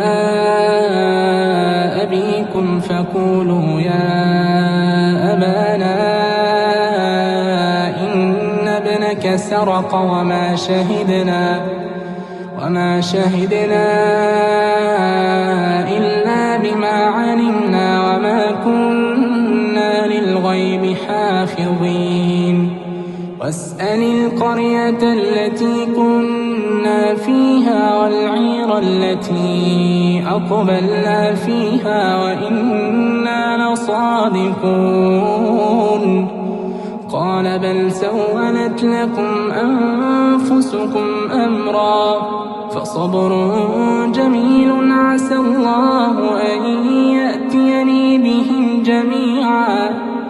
الله أن يأتيني بهم جميعا إنه هو العليم الحكيم وتولى عنهم وقال يا أسفا على يوسف وابيضت عيناه من الحزن فهو كظيم قالوا تالله تفتأ تذكر يوسف حتى تكون حرضا أو تكون من الهالكين قال إنما أشكو بثي وحزني إلى الله قال إنما أشكو بثي وحزني إلى الله وأعلم من الله ما لا تعلمون يا بني يذهبوا فتحسسوا من يوسف وأخيه ولا تيأسوا من روح الله إنه لا ييأس من روح الله إلا القوم الكافرون فلما دخلوا عليه قالوا يا أيها العزيز مسنا وأهلنا الضر وجئنا ببضاعة مزجاة فأوف لنا الكيل وتصدق علينا إن الله يجزي المتصدقين قال هل علمتم ما فعلتم بيوسف وأخيه إذ أنتم جاهلون قالوا أئنك لأنت يوسف قال أنا يوسف وهذا أخي قد من الله علينا إنه من يتق ويصبر فإن الله لا يضيع أجر المحسنين قالوا تالله لقد آثرك الله علينا وإن كنا لخاطئين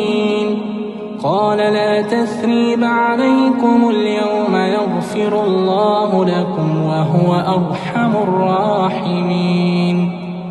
اذهبوا بقميصي هذا فألقوه على وجه أبي يأت بصيرا وأتوني بأهلكم أجمعين. ولما فصلت العير قال أبوهم إني لأجد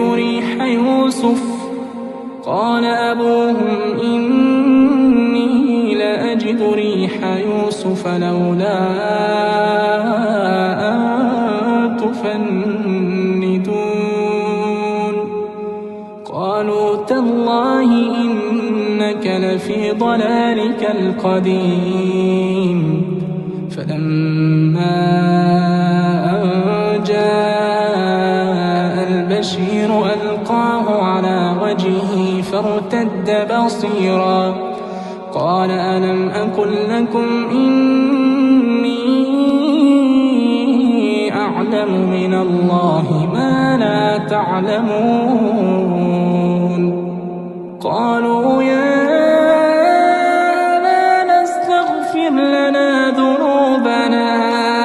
إنا كنا خاطئين. قال سوف أستغفر لكم ربي إنه هو الغفور الرحيم. فلما دخلوا على يوسف آوى إليه أبويه وقال ادخلوا مصر إن شاء الله آمنين.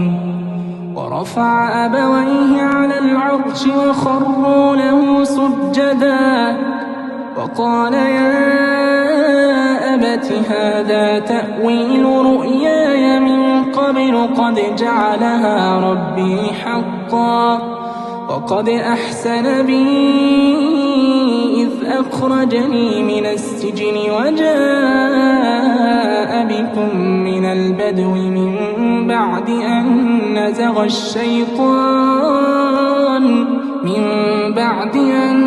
نزغ الشيطان بيني وبين إخوتي إن ربي لطيف لما يشاء إنه هو العليم الحكيم. رب قد آتيتني من الملك وعلمتني من تأويل الأحاديث. فاطر السماوات والأرض أنت وليي في الدنيا والآخرة. توفني مسلما وألحقني بالصالحين. ذلك من أنباء الغيب نوحيه إليك وما كنت لديهم إذ أجمعوا أمرهم وهم يمكرون. وما أكثر الناس ولو حرصت بمؤمنين. وما تسألهم عليه من أجر إن هو إلا ذكر للعالمين. وكأين من آية في السماوات والأرض يمرون عليها وهم عنها معرضون. وما يؤمن أكثرهم بالله إلا وهم مشركون. أفأمنوا أن تأتيهم غاشية من عذاب الله أو تأتيهم الساعة بغتة وهم لا يشعرون. قل هذه سبيلي أدعو إلى الله. قل هذه سبيلي أدعو إلى الله على بصيرة أنا ومن اتبعني وسبحان الله وما أنا من المشركين. وما أرسلنا من قبلك إلا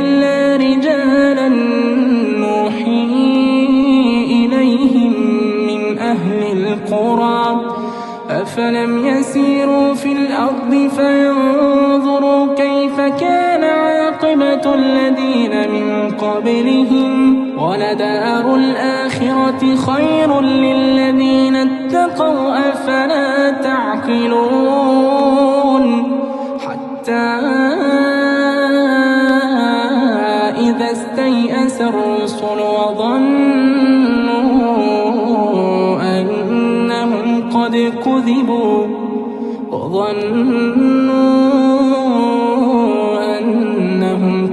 كذبوا جاءهم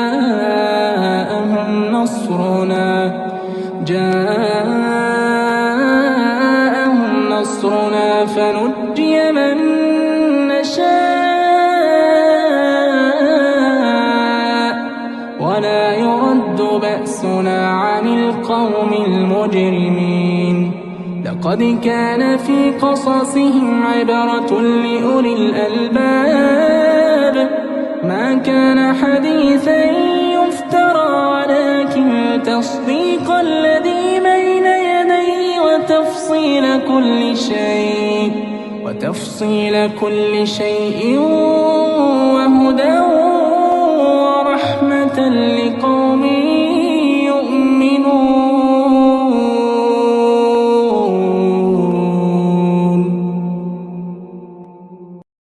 أعوذ بالله من الشيطان الرجيم. بسم الله الرحمن الرحيم.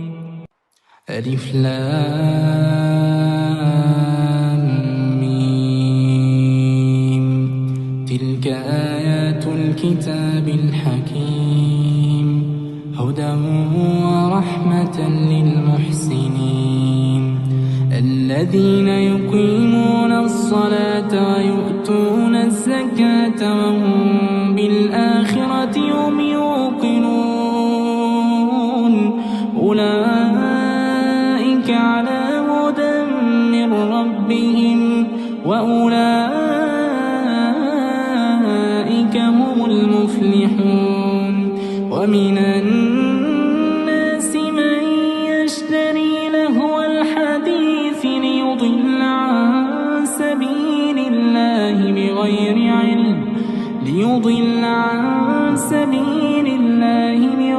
علم ويتخذها هزوا أولئك لهم عذاب مهين. وإذا تتلى عليه آياتنا ولى مستكبرا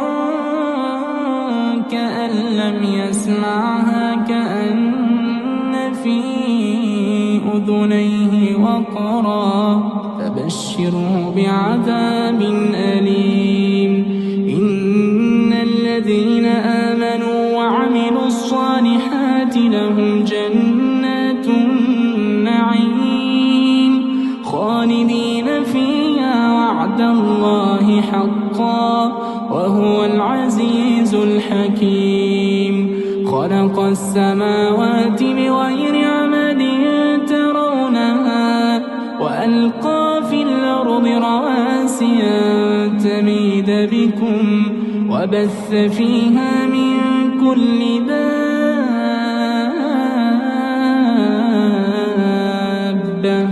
وأنزلنا من السماء ماء فأنبتنا فيها من كل زوج كريم. هذا خلق الله فأروني ماذا خلق الذين من دونه بل الظالمون في ضلال مبين. ولقد آتينا لقمان الحكمة أن اشكر لله ومن يشكر فإنما يشكر لنفسه ومن كفر فإن الله غني حميد. وإذ قال لقمان لابنه وهو يعظه يا بني لا تشرك بالله تشرك بالله إن الشرك لظلم عظيم ووصينا الإنسان بوالديه حملته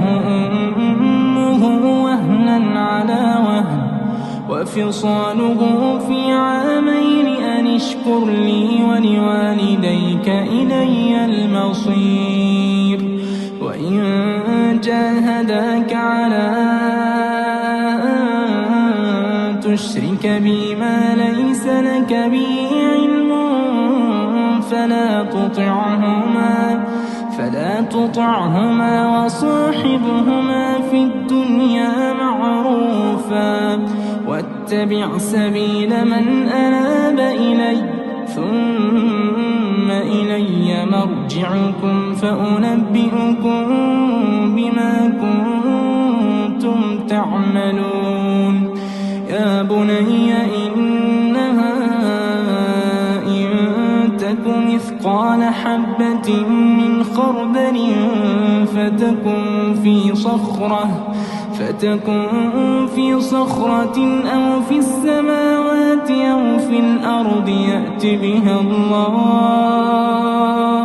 إن الله لطيف خبير يا بني أقم الصلاة وأمر بالمعروف وانه عن المنكر واصبر على ما أصابك إن ذلك من عزم الأمور ولا تصعر خدك للناس ولا تمش في الأرض مرحا إن الله لا يحب كل مختال فخور واقصد في مشيك واغضض من صوتك إن أنكر الأصوات لصوت الحمير ألم تروا أن الله سخر لكم ما في السماوات وما في الأرض وأسبغ عليكم نعمه ظاهرة وباطنة ومن الناس من يجادل في الله بغير علم ولا هدى ولا كتاب منير وإذا قيل لهم اتبعوا ما أنزل الله قالوا بل نتبع ما وجدنا عليه آباءنا أولو كان الشيطان يدعوهم إلى عذاب السعير ومن يسلم وجهه إلى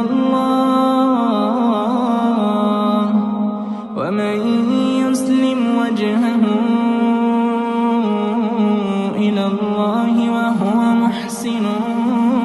فقد استمسك بالعروة الوثقى وإلى الله عاقبة الأمور ومن كفر فلا يحزنك كفره إلينا مرجعهم فننبئهم بما عملوا إن الله عليم بذات الصدور نمتعهم قليلا ثم نضطرهم إلى عذاب غليظ ولئن سألتهم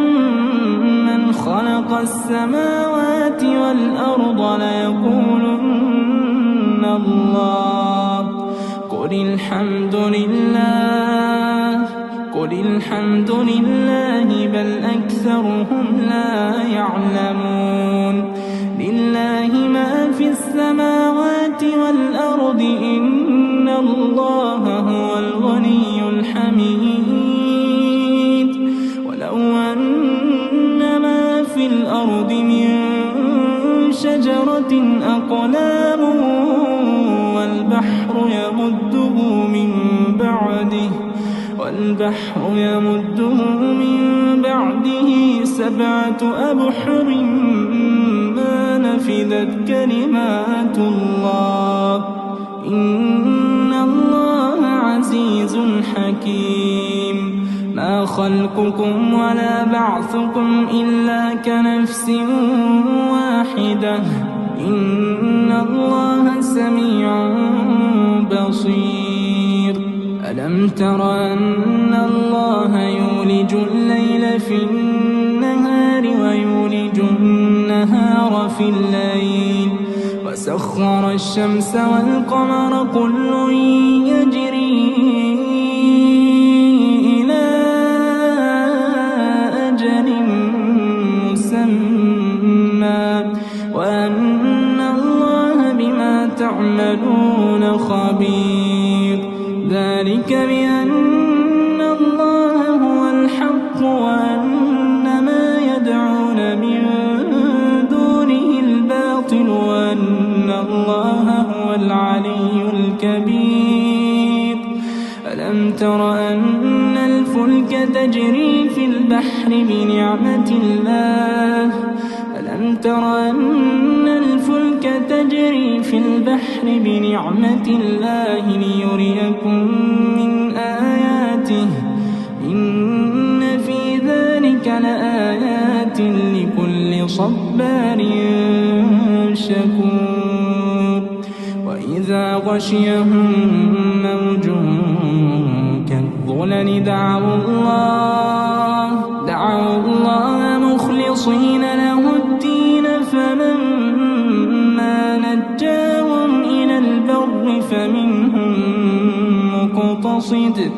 فلما نجاهم إلى البر فمنهم مقتصد وما يجحد بآياتنا إلا كل ختار كفور يا أيها الناس اتقوا ربكم واخشوا يوما لا يجزي والد عن ولده ولا مولود هو جاز عن والده شيئا إن وعد الله حق فلا تغرنكم الحياة الدنيا ولا يغرنكم بالله الغرور إن الله عنده علم الساعة وينزل الغيث ويعلم ما في الأرحام وما تدري نفس ماذا تكسب غدا وما تدري نفس بأي أرض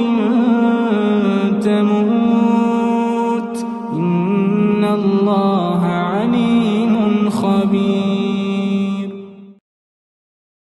بسم الله الرحمن الرحيم والنجم إذا هوى ما ضل صاحبكم وما غوى وما ينطق عن الهوى إن هو إلا وحي يوحى علمه شديد القوى ذو مرة فاستوى وهو بالأفق الأعلى ثم دنا فتدلى فكان قاب قوسين أو أدنى فأوحى إلى عبده ما أوحى ما كذب الفؤاد ما رأى أفتمارونه على ما يرى ولقد رآه نزلة أخرى عند سدرة المنتهى عندها جنة المأوى إذ يغشى السدرة ما يغشى ما زاغ البصر وما طغى لقد رأى من آيات ربه الكبرى أفرأيتم اللات والعزى ومناة الثالثة الأخرى أفرأيتم اللات والعزى ومناة الثالثة الأخرى ألكم الذكر وله الأنثى تلك إذا قسمة ضيزى إن هي إلا أسماء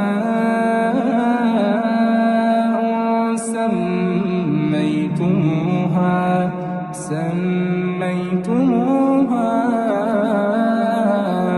أنتم وآباؤكم ما أنزل الله بها من سلطان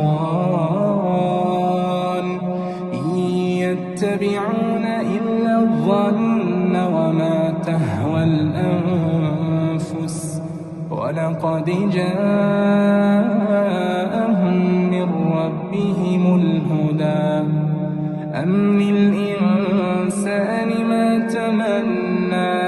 فلله الآخرة والأولى وكم من ملك في السماوات لا تغني شفاعتهم شيئا إلا من بعد أن يأذن الله لمن يشاء ويرضى إن الذين لا يؤمنون بالآخرة ليسمون الملائكة تسمية الأنثى وما لهم به من علم إن يتبعون إلا الظن وإن الظن لا يغني من الحق شيئا فأعرض عمن تولى عن ذكرنا ولم يرد إلا الحياة الدنيا ذلك مبلغهم من العلم إن ربك هو أعلم بمن ضل عن سبيله إن ربك هو أعلم بمن ضل عن سبيله وهو أعلم بمن اهتدى ولله ما في السماوات وما في الأرض ليجزي الذين أساءوا بما عملوا ويجزي الذين أحسنوا بالحسنى الذين يجتنبون كبائر الإثم والفواحش إلا اللمم إن ربك واسع المغفرة هو أعلم بكم إذ أنشأكم من الأرض وإذ أنتم أجنة في بطون أمهاتكم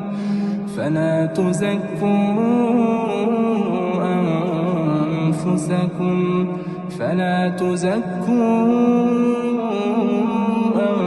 أنفسكم هو أعلم بمن اتقى أفرأيت الذي تولى وأعطى قليلا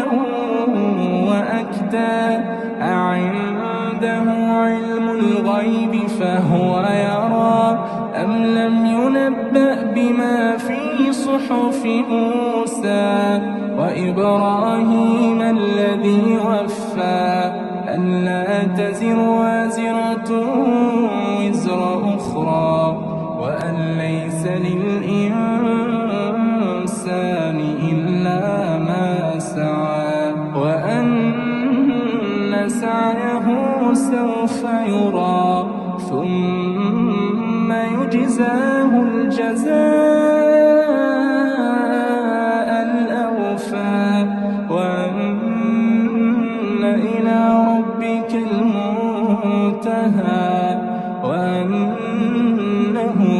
أضحك وأبكى وأنه هو أمات وأحيا وأنه خلق الزوجين الذكر والأنثى من نطفة إذا تمنى وأن عليه النشأة الأخرى وأنه هو أغنى وأقنى وأنه هو رب الشعرى وأنه أهلك عادا الأولى وثمود فما أبقى وقوم نوح من قبل إنهم كانوا هم أظلم وأطغى والمؤتفكة أهوى فغشاها ما غشى فبأي آلاء ربك تتمارى هذا نذير من النذر الأولى أزفت الآزفة ليس لها من دون الله كاشفة أفمن هذا الحديث تعجبون وتضحكون ولا تبكون وأنتم سامدون فاسجدوا لله واعبدوا. أعوذ بالله من الشيطان الرجيم. بسم الله الرحمن الرحيم. طاسين تلك آيات القرآن وكتاب مبين هدى وبشرى للمؤمنين الذين يقيمون الصلاة ويؤتون الزكاة وهم بالآخرة هم يوقنون إن الذين لا يؤمنون بالآخرة زينا لهم أعمالهم فهم يعمهون أولئك الذين لهم سوء العذاب وهم في الآخرة هم الأخسرون وإنك لتلقى القرآن من لدن حكيم عليم إذ قال موسى لأهله إني آنست نارا سآتيكم منها بخبر أو آتيكم بشهاب قبس لعلكم تصطلون فلما جاءها نودي أن بورك من في النار ومن حولها وسبحان الله رب العالمين يا موسى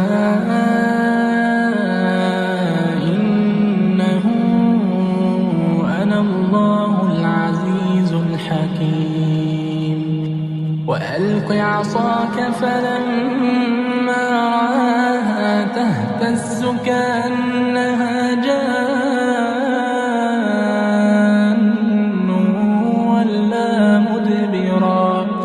ولا مدبرا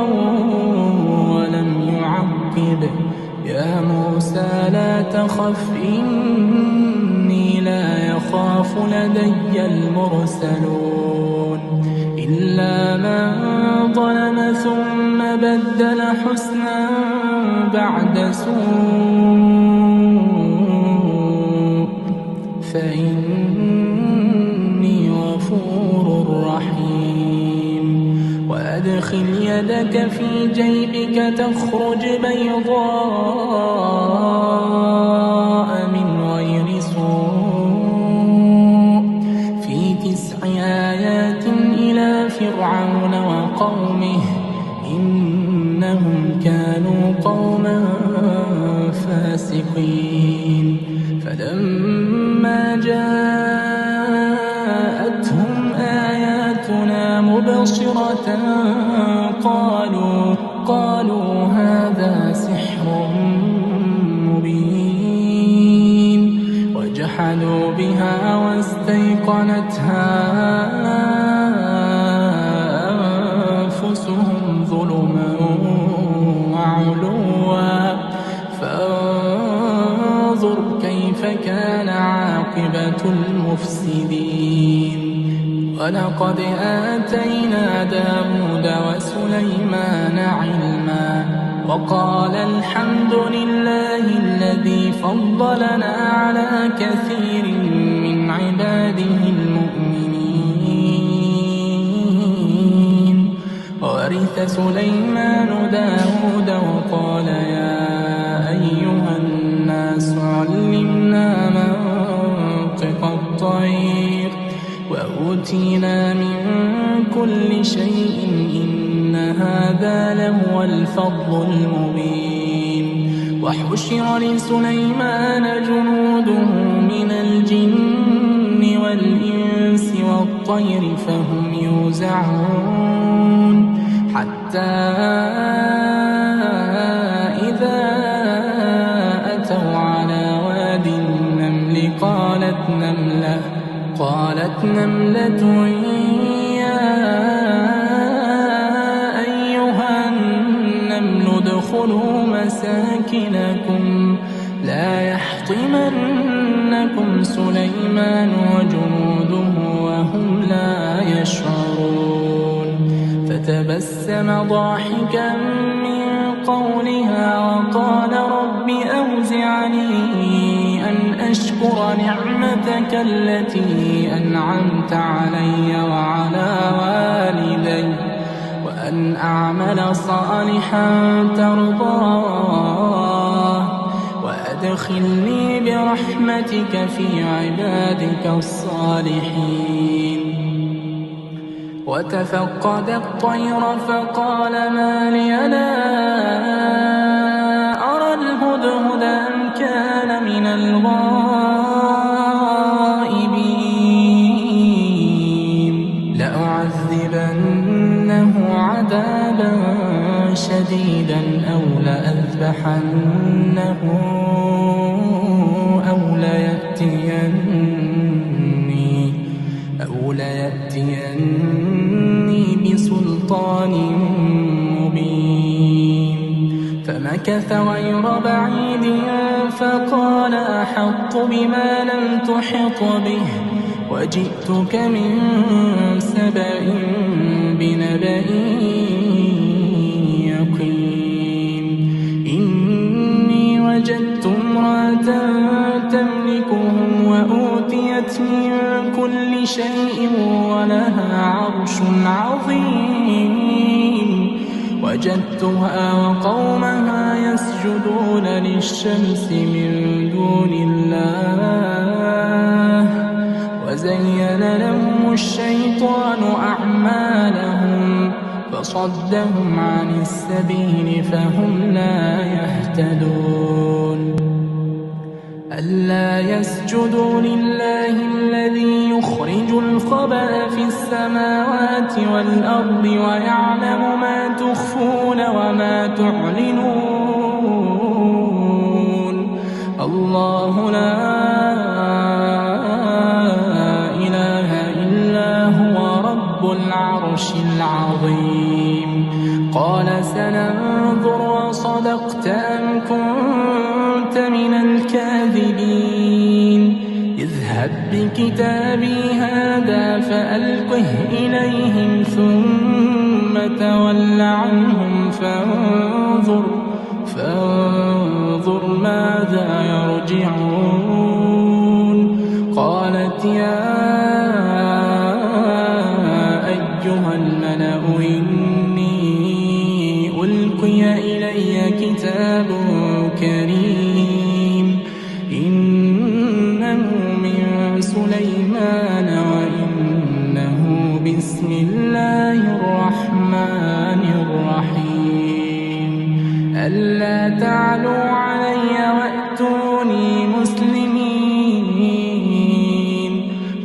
قالت يا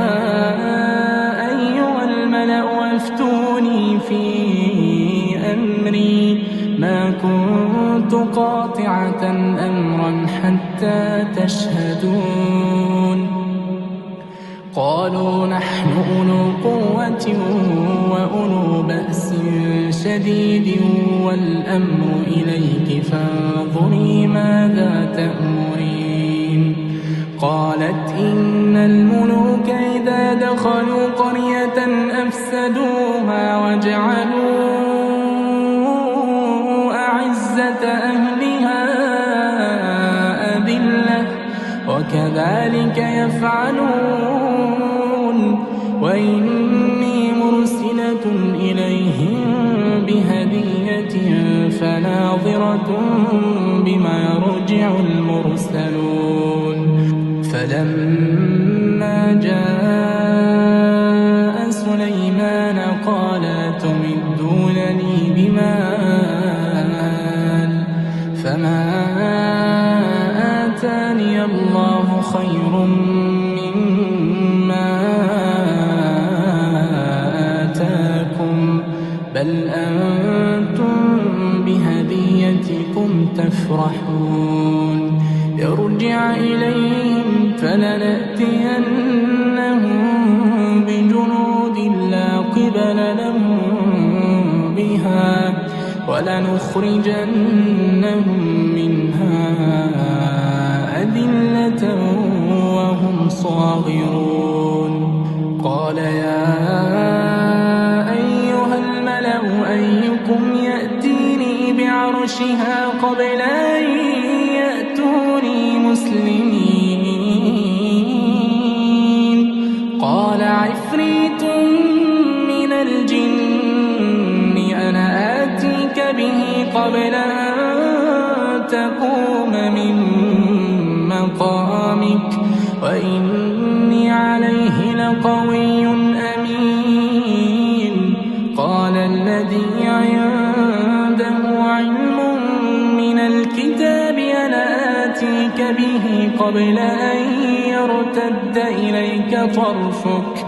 فلما رآه مستقرا عنده قال هذا من فضل ربي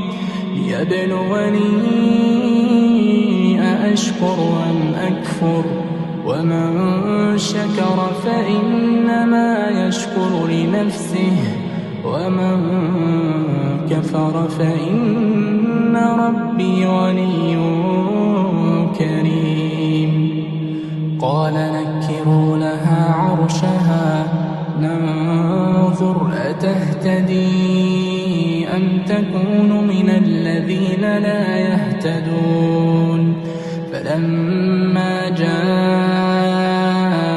قيل أهكذا عرشك قالت كأنه وأوتينا العلم من قبلها وكنا مسلمين وصدها ما كانت تعبد من دون الله إنها كانت من قوم كافرين قيل لها ادخل الصرح فلما رأته حسبته لجة وكشفت عن ساقيها قال إنه صرح ممرد من قوارير قالت رب إني ظلمت نفسي وأسلمت مع سليمان لله رب العالمين ولقد أرسلنا إلى ثمود أخاهم صالحا أن اعبدوا الله فإذا هم فريقان يختصمون قال يا قوم لم تستعجلون بالسيئة قبل الحسنة لولا تستغفرون الله لعلكم ترحمون قالوا اطيرنا بك وبمن معك قال طائركم عند الله بل أنتم قوم تفتنون يفتنون وكان في المدينة 9 رهط يفسدون في الأرض ولا يصلحون قالوا تقاسموا بالله لنبيتنه وأهله ثم لنقولن لوليه ما شهدنا مهلك أهله وإنا لصادقون ومكروا مكرا ومكرنا مكرا وهم لا يشعرون فانظر كيف كان عاقبة مكرهم أنا دمرناهم وقومهم أجمعين فتلك بيوتهم خاوية بما ظلموا إن في ذلك لآية لقوم يعلمون وأنجينا الذين آمنوا وكانوا يتقون ولوطا إذ قال لقومه أتأتون الفاحشة وأنتم تبصرون أئنكم لتأتون الرجال شهوة من دون النساء بل أنتم قوم تجهلون فما كان جواب قومه إلا أن قالوا أخرجوا آل لوط من قريتكم إنهم أناس يتطهرون فأنجيناه وأهله إلا امرأته قدرناها من الغابرين وأمطرنا عليهم مطرا فساء مطر المنذرين قل الحمد لله وسلام على عباده الذين اصطفى الله خير أما يشركون أمن خلق السماوات والأرض وأنزل لكم من السماء ماء فأنبتنا به حدائق ذات بهجة ما كان لكم أن تنبتوا شجرها أإله مع الله بل هم قوم يعدلون أمن جعل الأرض قرارا وجعل خلالها أنهارا وجعل لها رواسي وجعل بين البحرين حاجزا أإله مع الله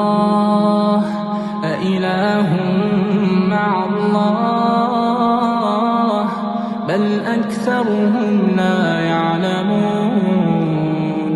أمن يجيب المضطر إذا دعاه ويكشف السوء ويجعلكم خلفاء الأرض أإله مع الله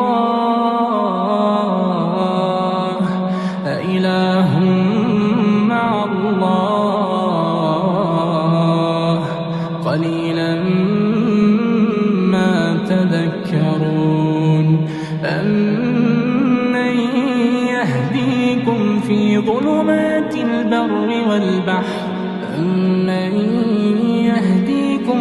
ظلمات البر والبحر ومن يرسل الرياح بشرا بين يدي رحمته أإله مع الله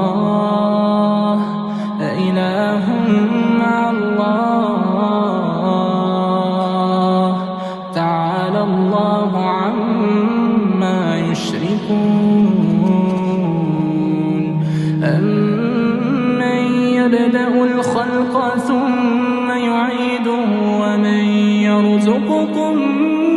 من السماء والأرض أإله مع الله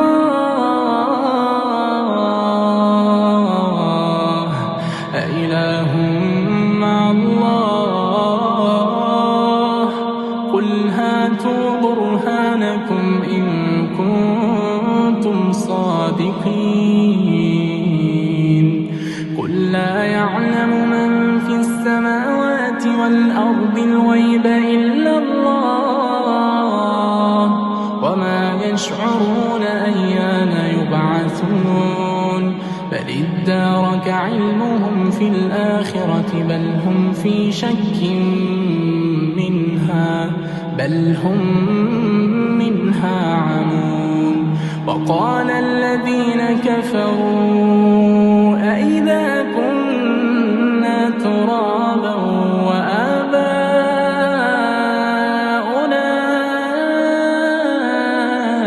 إنا لمخرجون لقد وعدنا هذا نحن وآباؤنا من قبل إن هذا إلا أساطير الأولين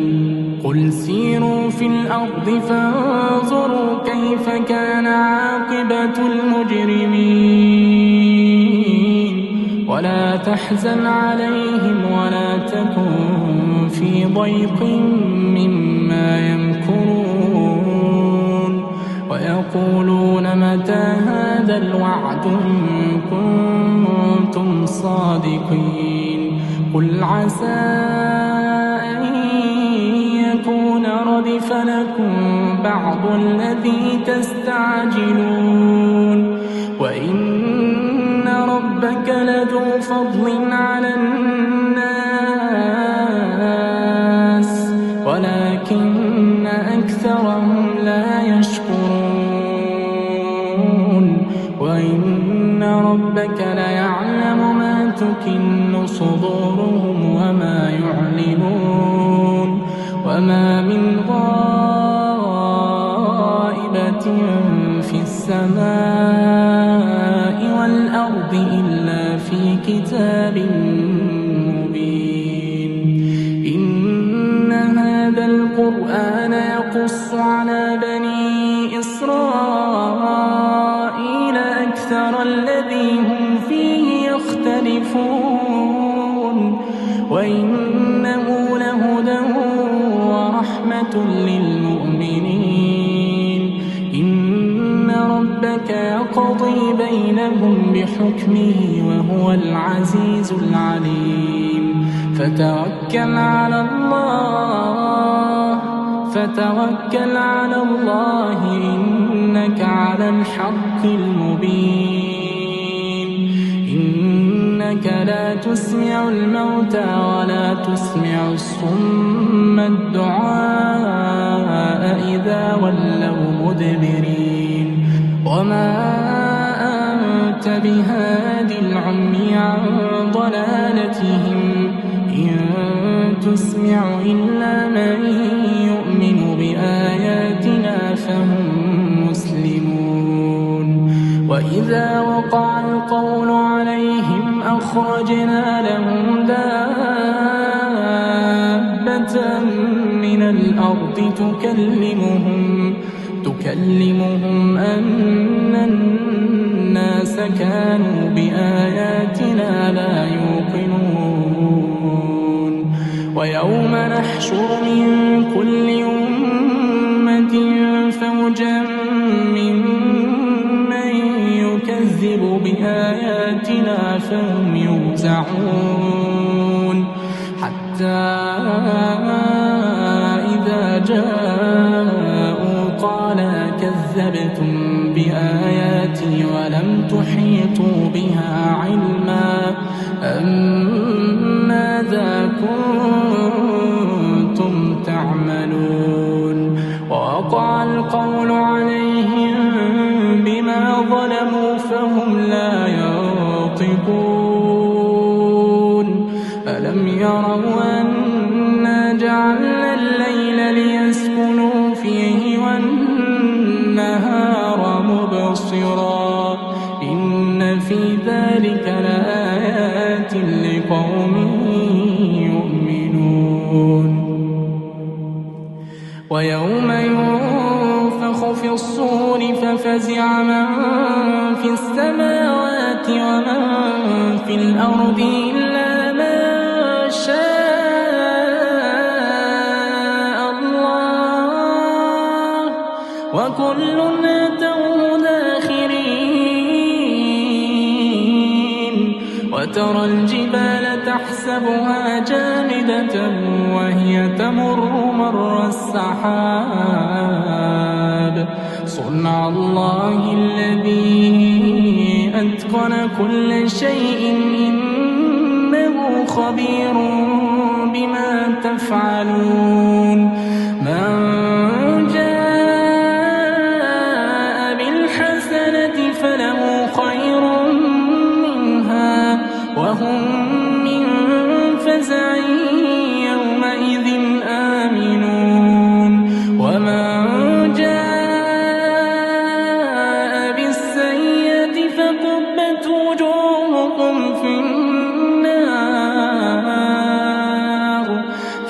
فكبت وجوههم في النار هل تجزون إلا ما كنتم تعملون إنما أمرت أن أعبد رب هذه البلدة الذي حرمها وله كل شيء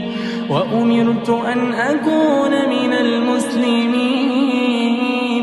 وأن أتلو القرآن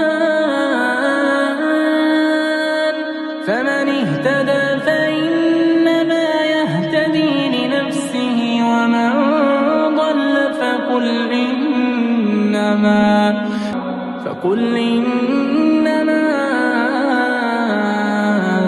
أنا من المنذرين وقل الحمد لله سيريكم آياته فتعرفونها وما ربك بغافل عما تعملون بسم الله الرحمن الرحيم الحمد لله الذي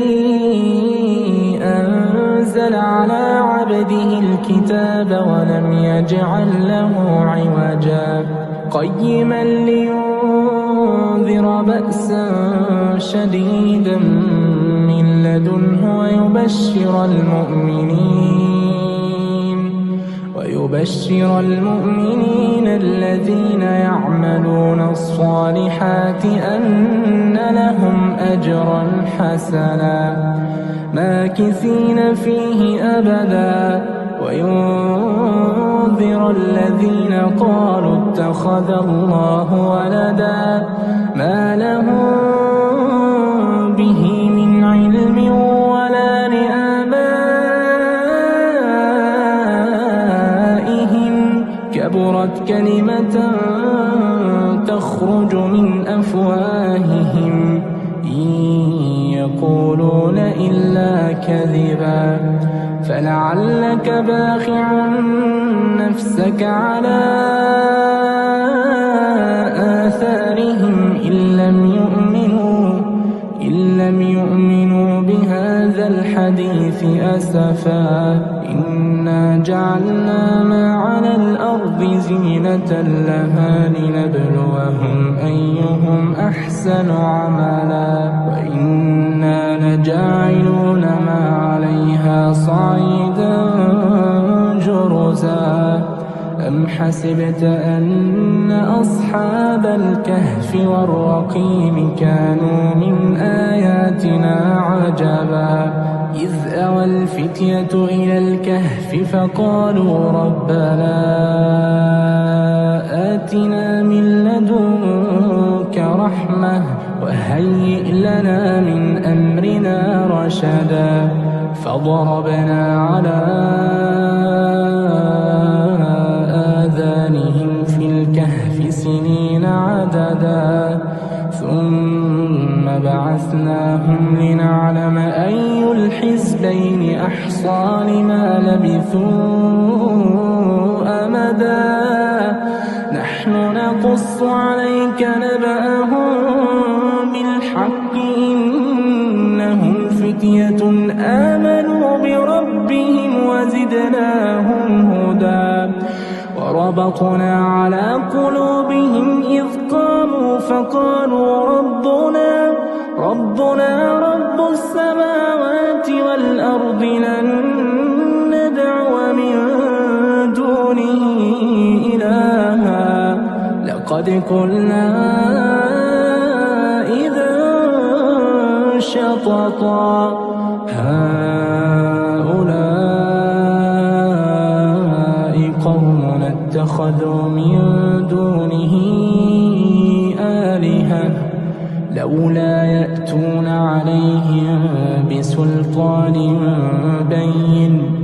فمن أظلم ممن افترى على الله كذبا وإذ اعتزلتموهم وما يعبدون إلا الله فأووا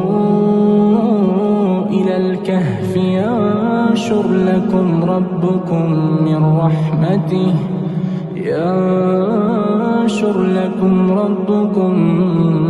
رحمته ويهيئ لكم من أمركم مرفقا وترى الشمس إذا طلعت تزاور عن كهفهم ذات اليمين وإذا غربت تقرضهم ذات الشمال وهم في فجوة منه ذلك من آيات الله من يهد الله فهو المهتد ومن يضلل فلن تجد له وليا مرشدا وتحسبهم أيقاظا وهم رقود ونقلبهم ذات اليمين وذات الشمال وكلبهم باسط ذراعيه بالوصيد لو اطلعت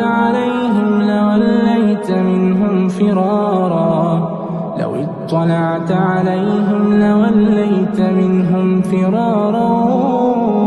ولملئت منهم رعبا وكذلك بعثناهم ليتساءلوا بينهم قال قائل منهم كم لبثتم قالوا لبثنا يوما أو بعض يوم قالوا ربكم أعلم بما لبثتم فبعثوا أحدكم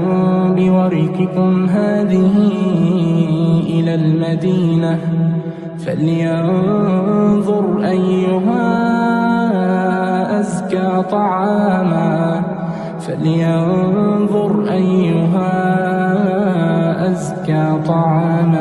فليأتكم برزق منه وليتلطف ولا يشعرن بكم أحدا إنهم إن يظهروا عليكم يرجموكم أو يعيدوكم في ملتهم ولن تفلحوا إذا أبدا وكذلك أعثرنا عليهم ليعلموا أن وعد الله حق وأن الساعة لا ريب فيها إذ يتنازعون بينهم أمرهم فقالوا ابنوا عليهم بنيانا ربهم أعلم بهم قال الذين غلبوا على أمرهم لنتخذن عليهم مسجدا سيقولون ثلاثة رابعهم كلبهم ويقولون خمسة سادسهم كلبهم رجما بالغيب ويقولون 7 وثامنهم كلبهم قل ربي أعلم بعدتهم ما يعلمهم إلا قليل فلا تمار فيهم إلا مراء ظاهرا ولا تستفت فيهم منهم أحدا ولا تقولن لشيء إني فاعل ذلك غدا إلا أن يشاء الله واذكر ربك إذا نسيت وقل عسى أن يهديني ربي لأقرب من هذا رشدا ولبثوا في كهفهم 300 سنين وازدادوا 9 قل الله أعلم بما لبثوا له غيب السماوات والأرض أبصر به وأسمع ما لهم من دونه من ولي ولا يشرك في حكمه أحدا واتل ما أوحي إليك من كتاب ربك لا مبدل لكلماته ولن تجد من دونه ملتحدا واصبر نفسك مع الذين يدعون ربهم بالغداة والعشي يريدون وجهه ولا تعد عيناك عنهم تريد زينة الحياة الدنيا ولا تطع من أغفلنا قلبه عن ذكرنا واتبع هواه ولا تطع من أغفلنا قلبه عن ذكرنا واتبع هواه وكان أمره فرطا وقل الحق من ربكم فمن شاء فليؤمن ومن شاء فليكفر إنا أعتدنا للظالمين نارا أحاط بهم سرادقها وإن يستغيثوا يغاثوا بماء كالمهل يشوي الوجوه بئس الشراب وساءت مرتفقا إن الذين آمنوا وعملوا الصالحات إنا لا نضيع أجر من أحسن عملا أولئك لهم جنات عدن تجري من تحتهم الأنهار أولئك لهم جنات عدن تجري من تحتهم الأنهار يحلون فيها من أساور من ذهب ويلبسون ثيابا خضرا من سندس واستبرق متكئين فيها على الأرائك نعم الثواب وحسنت مرتفقا واضرب لهم مثل الرجلين جعلنا لأحدهما جنتين من أعناب وحففناهما بنخل وجعلنا بينهما زرعا كلتا الجنتين آتت أكلها ولم تظلم منه شيئا وفجرنا خلالهما نهرا وكان له ثمر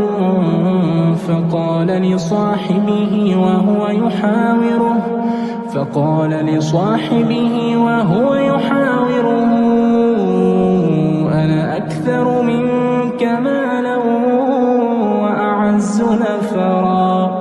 ودخل جنته وهو ظالم لنفسه قال ما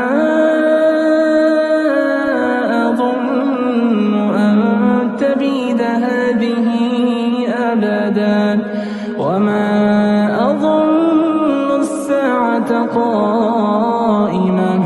ولئن رددت إلى ربي لأجدن خيرا منها منقلبا قال له صاحبه وهو يحاوره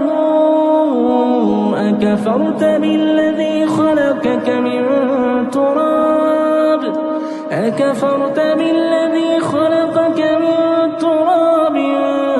ثم من نطفة ثم سواك رجلا لكن هو الله ربي ولا أشرك بربي أحدا ولولا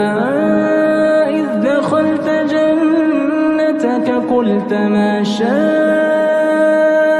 الله لا قوة إلا بالله إن ترني أنا أقل منك مالا وولدا فعسى ربي أن يؤتيني خيرا من جنتك ويرسل عليها حسبانا من السماء فتصبح صعيدا زلقا أو يصبح ماؤها غورا فلن تستطيع له طلبا وأحيط بثمره فأصبح يقلب كفيه على ما أنفق فيها وهي خاوية على عروشها ويقول يا ليتني لم أشرك بربي أحدا ولم تكن له فئة ينصرونه من دون الله وما كان منتصرا هنالك الولاية لله الحق هو خير ثوابا وخير عقبا واضرب لهم مثل الحياة الدنيا كماء أنزلناه من السماء فاختلط به نبات الأرض فأصبح هشيما تذروه الرياح وكان الله على كل شيء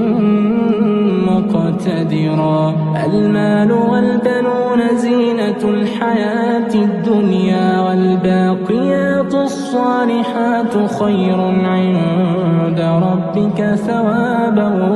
وخير أملا ويوم نسير الجبال وترى الأرض بارزة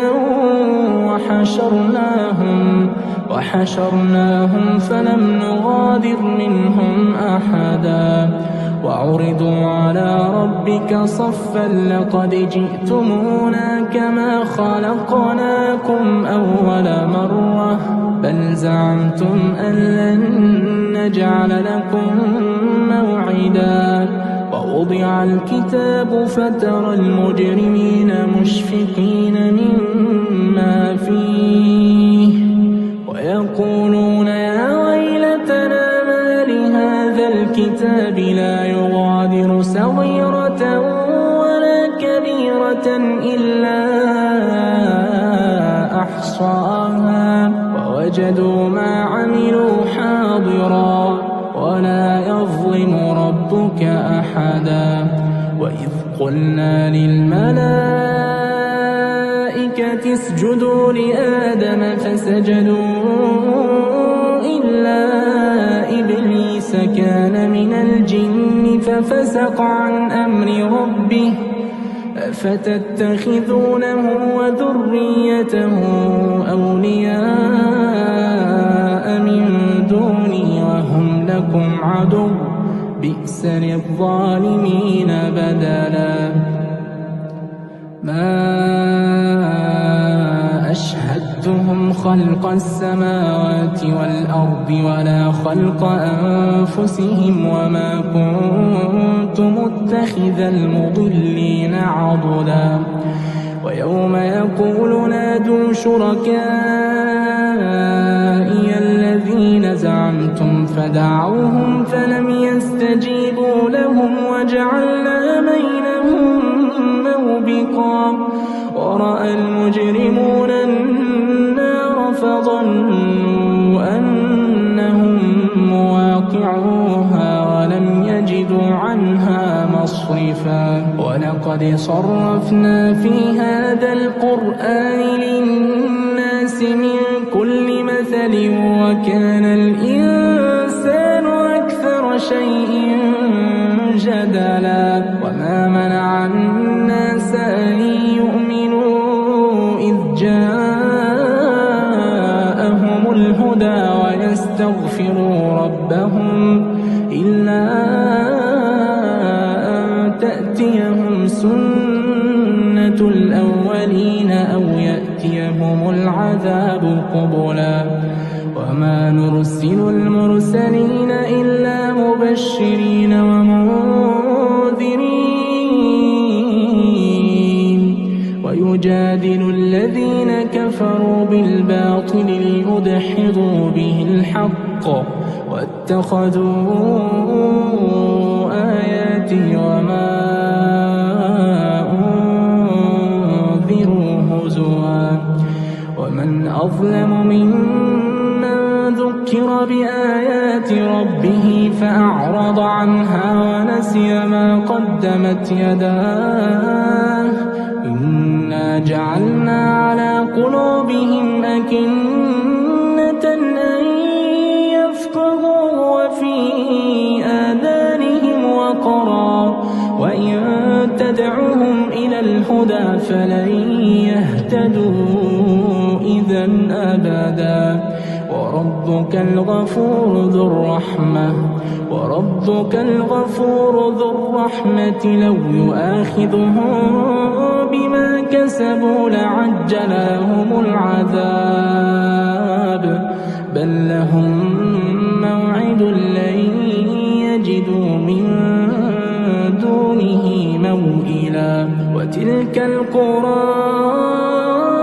أهلكناهم لما ظلموا وجعلنا لمهلكهم موعدا وإذ قال موسى لفتاه لا أبرح حتى أبلغ مجمع البحرين أو أمضي حقبا فلما بلغا مجمع بينهما نسيا حوتهما فاتخذ سبيله في البحر سربا فلما جاوزا قال لفتاه آتنا غداءنا لقد لقينا من سفرنا هذا نصبا قال أرأيت إذ أوينا إلى الصخرة فإني نسيت الحوت وما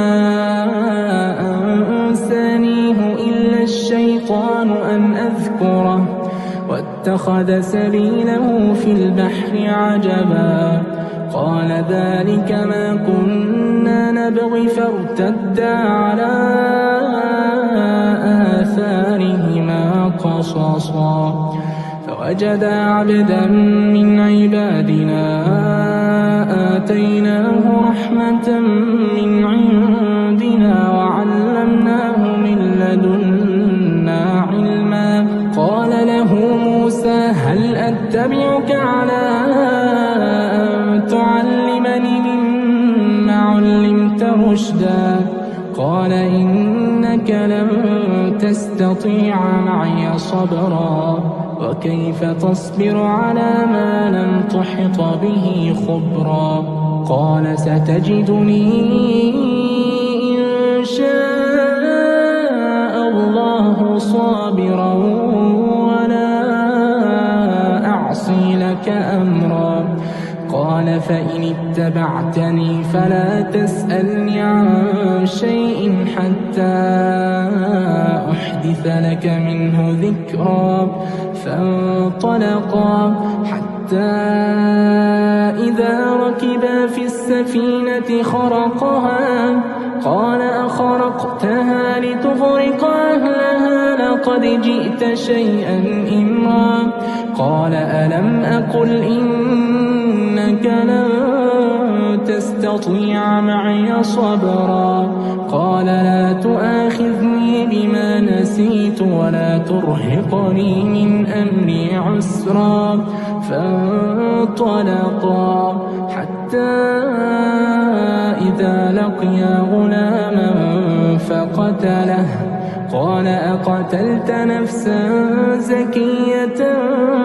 بغير نفس لقد جئت شيئا نكرا قال ألم أقل لك إنك لن تستطيع معي صبرا قال إن سألتك عن شيء بعدها فلا تصاحبني قد بلغت من لدني عذرا فانطلقا حتى إذا أتيا أهل قرية استطعما أهلها فأبوا أن يضيفوهما فوجدا فيها جدارا يريد أن ينقض فأقامه قال لو شئت لاتخذت عليه أجرا قال هذا فراق بيني وبينك سأنبئك بتأويل ما لم تستطع عليه صبرا أما السفينة فكانت لمساكين يعملون في البحر فأردت أن أعيبها وكان وراءهم ملك يأخذ كل سفينة غصبا وأما الغلام فكان أبواه مؤمنين فخشينا أن يرهقهما طغيانا وكفرا فأردنا أن يبدلهما ربهما خيرا منه زكاة وأقرب رحما وأما الجدار فكان لغلامين يتيمين في المدينة وكان تحته كنز لهما وكان أبوهما صالحا فأراد ربك أن يبلغا أشدهما ويستخرجا كنزهما رحمة من ربك وما فعلته عن أمري ذلك تأويل ما لم تسطع عليه صبرا ويسألونك عن ذي القرنين قل سأتلو عليكم منه ذكرا إنا مكنا له في الأرض وآتيناه من كل شيء سببا فأتبع سببا حتى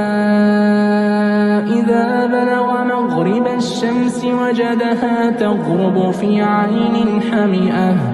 ووجد عندها قوما قلنا يا ذا القرنين إما أن تعذب وإما أن تتخذ فيهم حسنا قال أما من ظلم فسوف نعذبه ثم يرد إلى ربه فيعذبه عذابا نكرا وأما من آمن وعمل صالحا فله جزاء الحسنى وسنقول له من أمرنا يسرا ثم أتبع سببا حتى إذا بلغ مطلع الشمس وجدها تطلع على قوم لم نجعل لهم من دونها سترا كذلك وقد أحطنا بما لديه خبرا ثم أتبع سببا حتى حتى إذا بلغ بين السدين وجد من دونهما قوما لا يكادون يفقهون قولا قالوا يا ذا القرنين إن يأجوج ومأجوج مفسدون في الأرض فهل نجعل لك خرجا على أن تجعل بيننا وبينهم سدا قال ما مكني فيه ربي خير فأعينوني بقوة أجعل بينكم وبينهم ردما آتوني زبر الحديد حتى إذا ساوى بين الصدفين قال انفخوا حتى إذا جعله نارا قال آتوني أفرغ عليه قطرا فما استطاعوا أن يظهروه وما استطاعوا له نقبا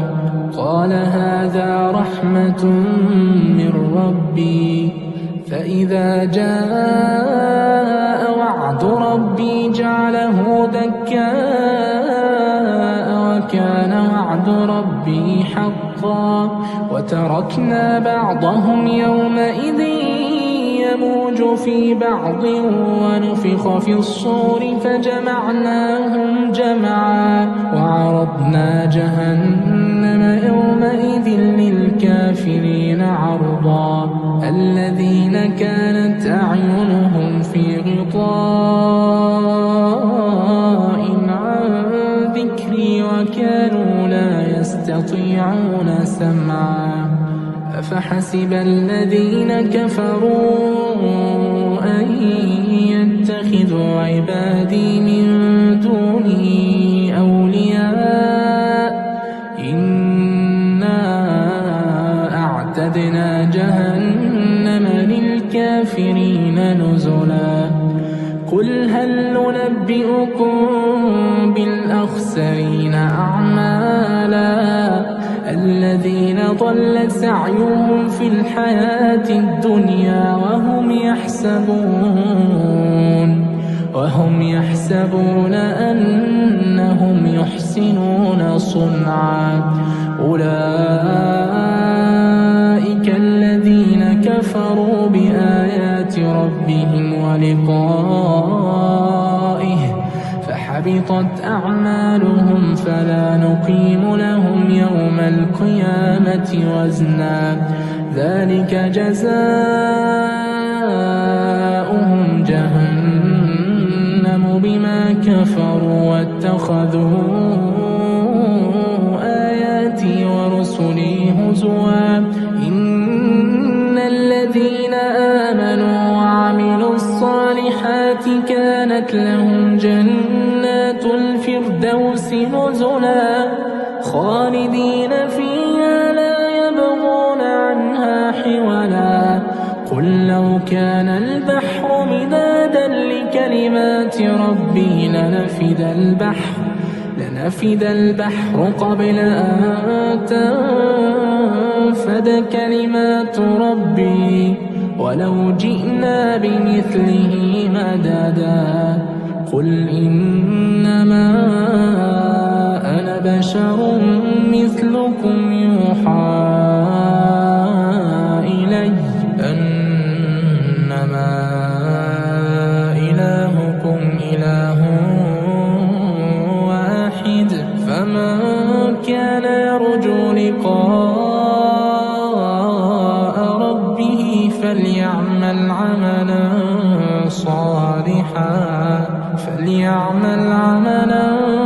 صالحا ولا يشرك بعبادة ربه أحدا. بسم الله الرحمن الرحيم. لا أقسم بيوم القيامة ولا أقسم بالنفس اللوامة أيحسب الإنسان أن لن نجمع عظامه بلى قادرين على أن نسوي بنانه بل يريد الإنسان ليفجر أمامه يسأل أيان يوم القيامة فإذا برق البصر وخسف القمر وجمع الشمس والقمر يقول الإنسان يومئذ أين المفر كلا لا وزر إلى ربك يومئذ المستقر ينبأ الإنسان يومئذ بما قدم وأخر بل الإنسان على نفسه بصيرة ولو ألقى معاذيره لا تحرك به لسانك لتعجل به إن علينا جمعه وقرآنه فإذا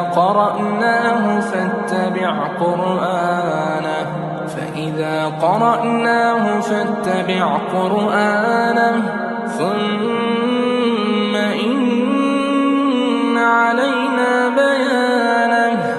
كلا بل تحبون العاجلة وتذرون الآخرة وجوه يومئذ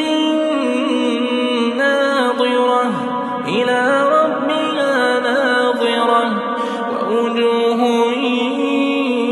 يومئذ باسرة تظن أن يفعل بها فاقرة كلا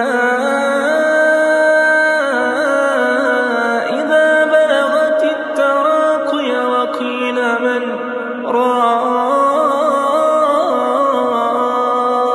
راق وظن أنه الفراق والتفت الساق بالساق إلى ربك يومئذ المساق فلا صدق ولا صلى ولكن كذب وتولى ثم ذهب إلى أهله يتمطى أولى لك فأولى ثم أولى لك فأولى أيحسب الإنسان أن يترك سدى ألم يك نطفة من مني يمنى ثم كان علقة فخلق فسوى فجعل منه الزوجين الذكر والأنثى أليس ذلك بقادر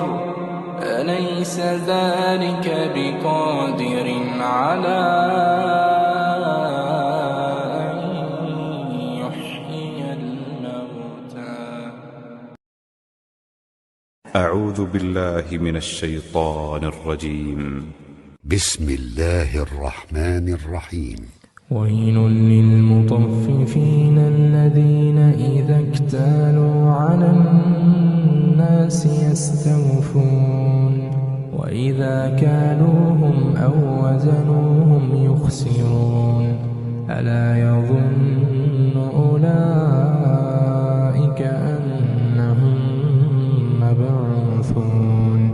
ليوم عظيم يوم يقوم الناس لرب العالمين كلا إن كتاب الفجار لفي سجين وما أدراك ما سجين كتاب مرقوم ويل يومئذ للمكذبين الذين يكذبون بيوم الدين وما يكذب به إلا كل معتد أثيم إذا تتلى عليه آياتنا قال أساطير الأولين كلا بل ران على قلوبهم ما كانوا يكسبون كلا إنهم عن ربهم يومئذ لمحجوبون ثم إنهم لصالوا الجحيم ثم يقال هذا الذي كنتم به تكذبون كلا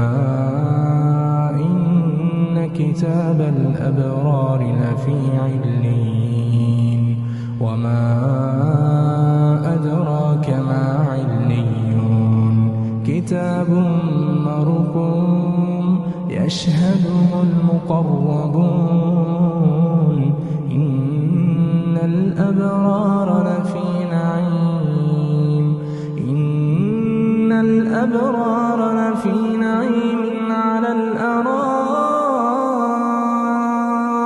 ينظرون تعرف في وجوههم نضرة النعيم يسقون من رحيق مختوم ختامه مسك وفي ذلك فليتنافس المتنافسون ومزاجه من تسنيم عينا يشرب بها المقربون إن الذين أجرموا كانوا من الذين آمنوا يضحكون وإذا مروا بهم يتغامزون وإذا انقلبوا إلى أهلهم انقلبوا فكهين وإذا رأوهم قالوا إن هؤلاء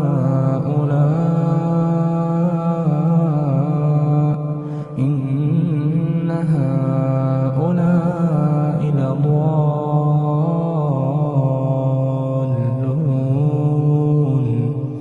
وما أرسلوا عليهم حافظين فاليوم الذين آمنوا من الكفار يضحكون على الأرائك ينظرون هل ثوب الكفار ما كانوا يفعلون تبارك الذي بيده الملك وهو على كل شيء قدير الذي خلق الموت والحياة ليبلوكم أيكم أحسن عملا وهو العزيز الغفور الذي خلق 7 سماوات طباقا ما ترى في خلق الرحمن من تفاوت فارجع البصر هل ترى من فطور ثم ارجع البصر كرتين ينقلب إليك البصر خاسئا وهو حسير ولقد زينا السماء الدنيا بمصابيح وجعلناها رجوما للشياطين وأعتدنا لهم عذاب السعير وللذين كفروا بربهم عذاب جهنم وبئس المصير إذا ألقوا فيها سمعوا لها شهيقا وهي تفور تكاد كلما ألقي فيها فوج سألهم خزنتها ألم يأتكم نذير قالوا بلى قد جاءنا نذير فكذبنا وقلنا ما نزل الله من شيء إن أنتم إلا في ضلال كبير وقالوا لو كنا نسمع أو نعقل ما كنا في أصحاب السعير فاعترفوا بذنبهم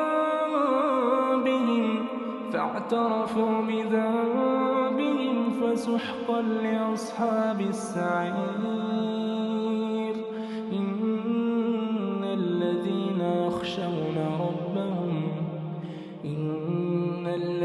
يخشون ربهم بالغيب لهم مغفرة وأجر كبير وأسروا قولكم أو اجهروا به إنه عليم بذات الصدور ألا يعلم من خلق وهو اللطيف الخبير هو الذي جعل لكم الأرض ذلولا فامشوا في مناكبها وكلوا من رزقه وإليه النشور أأمنتم من في السماء أن يخسف بكم الأرض فإذا هي تمور أم أمنتم من في السماء أن يرسل عليكم حاصبا فستعلمون كيف نذير ولقد كذب الذين من قبلهم فكيف كان نكير أولم يروا إلى الطير فوقهم صافات ويقبضن ما يمسكهن إلا الرحمن إنه بكل شيء بصير أمن هذا الذي هو جند لكم ينصركم من دون الرحمن إن الكافرون إلا في غرور أمن هذا الذي يرزقكم إن أمسك رزقه بل لجوا في عتو ونفور أفمن يمشي مكبا على وجهه أهدى أمن يمشي سويا على صراط مستقيم قل هو الذي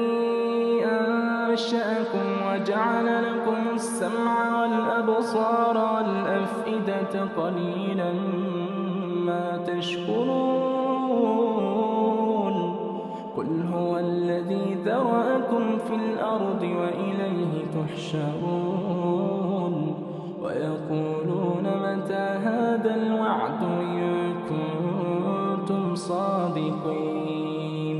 قل إنما العلم عند الله وإنما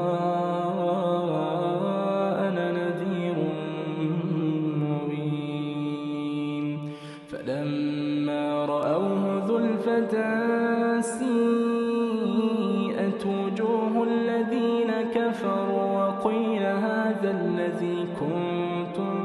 به تدعون قل أرأيتم إن أهلكني الله ومن معي أو رحمنا فمن فمن يجير الكافرين من عذاب أليم قل هو الرحمن آمنا به وعليه توكلنا فستعلمون من هو في ضلال مبين قل أرأيتم إن أصبح ماؤكم غورا فمن يأتيكم بماء معين. بسم الله الرحمن الرحيم اقتربت الساعة وانشق القمر وإن يروا آية يعرضوا ويقولوا سحر مستمر وكذبوا واتبعوا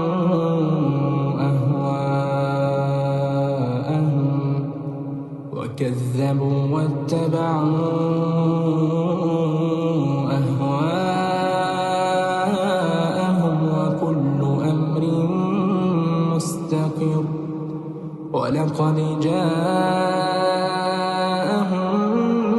من الأنباء ما فيه مزدجر حكمة بالغة فما تغني النذر فتول عنهم يوم يدعو الداع إلى شيء نكر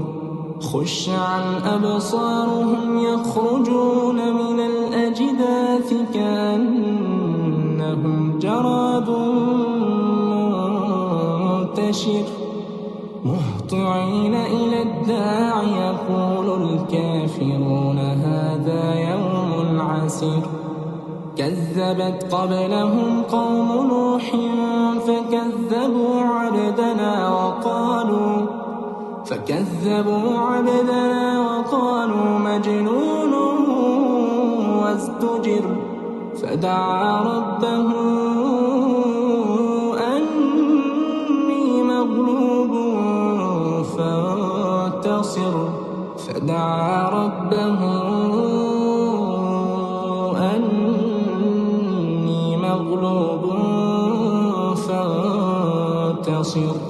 ففتحنا أبواب السماء بماء منهمر وفجرنا الأرض عيونا فالتقى الماء على أمر قد قدر وحملناه على ذات ألواح وبسر تجري بأعيننا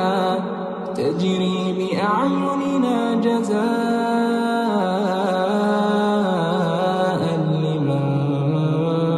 كان كفر ولقد تركناها آية فهل من مدكر فكيف كان عذابي ونذر ولقد يسرنا القرآن للذكر فهل من مدكر كذبت عاد فكيف كان عذابي ونذر إنا أرسلنا عليهم ريحا صرصرا في يوم نحس مستمر تنزع الناس كأنهم أعجاز نخل منقعر فكيف كان عذابي ونذر ولقد يسرنا القرآن للذكر فهل من مدكر كذبت ثمود بالنذر فقالوا أبشرا منا واحدا نتبع فقالوا أبشرا منا واحدا نتبعه إنا إذا لفي ضلال وسعر أألقي الذكر عليه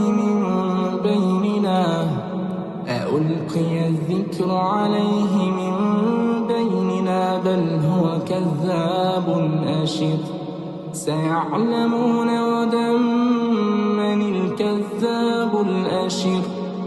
إنا مرسل الناقة فتنة لهم فارتقبهم واصطبر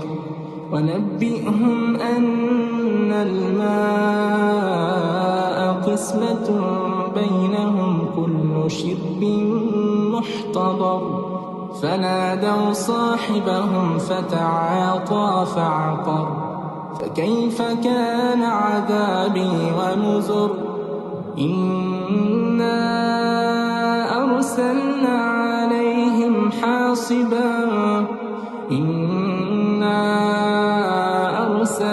عليهم صيحة واحدة فكانوا كهشيم المحتضر ولقد يسرنا القرآن للذكر فهل من مدكر كذبت قوم لوط بالنذر إنا أرسلنا عليهم حاصبا إلا آل لوط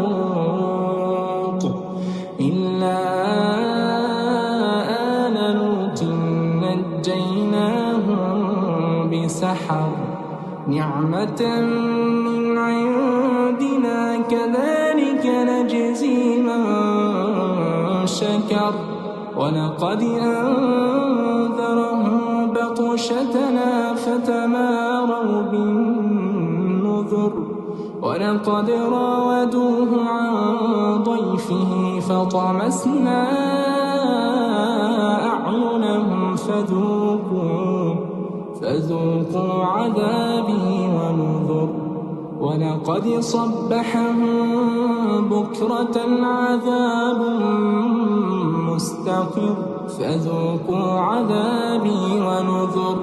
ولقد يسرنا القرآن للذكر فهل من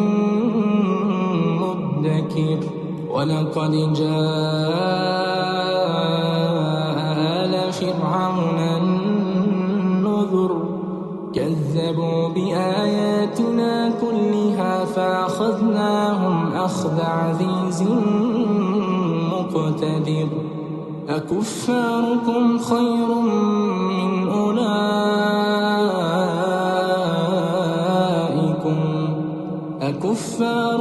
خير من أولئكم أم لكم براءة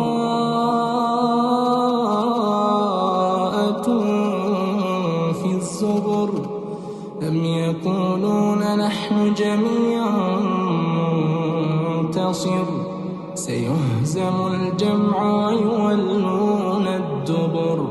بل الساعة موعدهم والساعة أدهى وأمر إن المجرمين في ضلال وسعر يوم يسحبون في النار على وجوههم ذوقوا مس سقر إنا كل شيء خلقناه بقدر وما أمرنا إلا واحدة كلمح بالبصر ولقد أهلكنا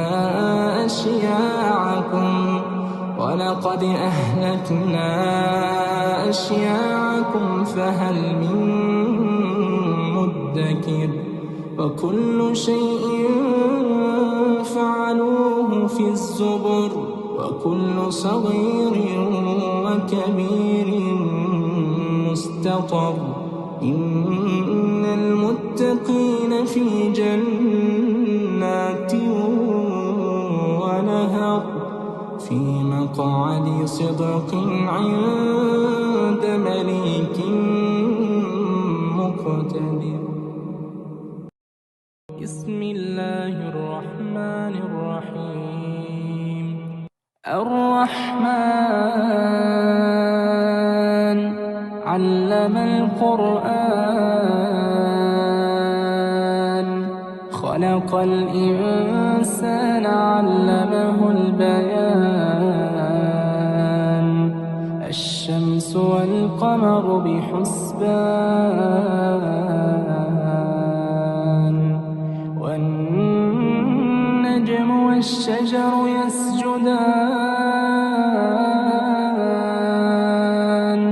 والسماء رفعها ووضع الميزان ألا تطغوا في الميزان وأقيموا الوزن بالقسط ولا تخسروا الميزان والأرض وضعها للأنام فيها فاكهة والنخل ذات الأكمام والحب ذو العصف والريحان فبأي آلاء ربكما تكذبان خلق الإنسان من صلصال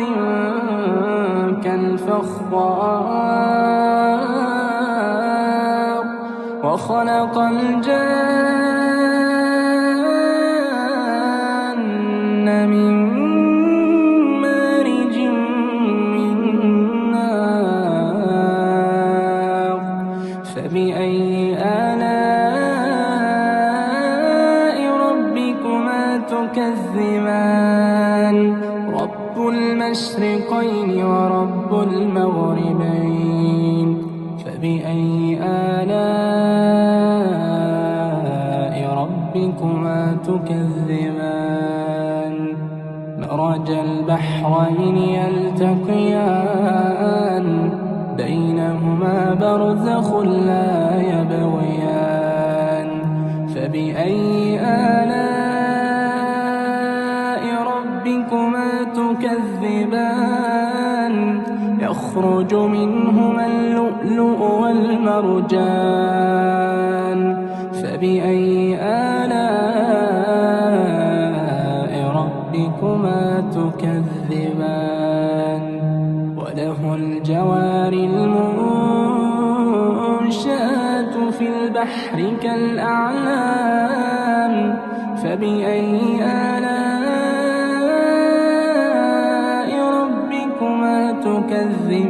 تكذبان كل من عليها فان ويبقى وجه ربك ذو الجلال والإكرام فبأي آلاء ربكما تكذبان يسأله من في السماوات والأرض كل يوم هو في شأن فبأي آلاء ربكما تكذبان سنفرغ لكم أيها الثقلان فبأي آلاء ربكما تكذبان يا معشر الجن والإنس إن استطعتم أن تنفذوا من أقطار السماوات والأرض فانفذوا لا تنفذون إلا بسلطان فبأي آلاء ربكما تكذبان يرسل عليكما شواظ من نار ونحاس فلا تنتصران فبأي آلاء ربكما تكذبان فإذا انشقت السماء فكانت وردة كالدهان فبأي آلاء ربكما تكذبان فيومئذ لا يسأل عن ذنبه إنس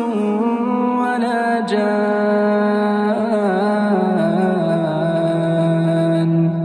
فبأي آلاء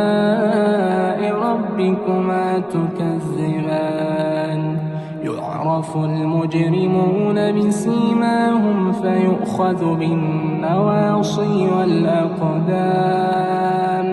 فبأي آلاء ربكما تكذبان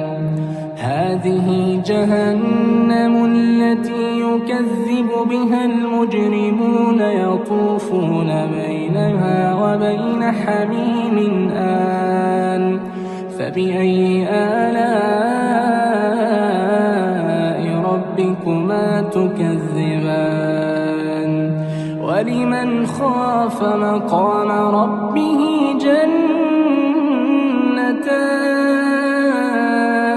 جنتان فبأي آلاء ربكما تكذبان ذواتا أفنان فبأي آلاء ربكما تكذبان فيهما عينان تجريان فبأي آلاء ربكما تكذبان فيهما من كل فاكهة زوجان فبأي آلاء ربكما تكذبان متكئين على فرش بطائنها من استبرق وجنى الجنتين دان فبأي آلاء ربكما تكذبان فيهن قاصرات الطرف لم يطمثهن إنس قبلهم ولا جان فبأي آلاء ربكما تكذبان كأنهن الياقوت والمرجان فبأي آلاء ربكما تكذبان هل جزاء الإحسان إلا الإحسان هل جزاء الإحسان إلا الإحسان فبأي آلاء ربكما تكذبان ومن دونهما جنتان فبأي آلاء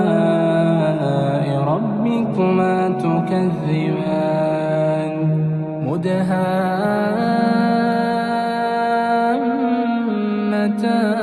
مدهامتان فبأي آلاء ربكما تكذبان فيهما عينان نضاختان فبأي آلاء ربكما تكذبان فيهما فاكهة ونخل ورمان فبأي آلاء ربكما تكذبان فيهن خيرات حسان فبأي آلاء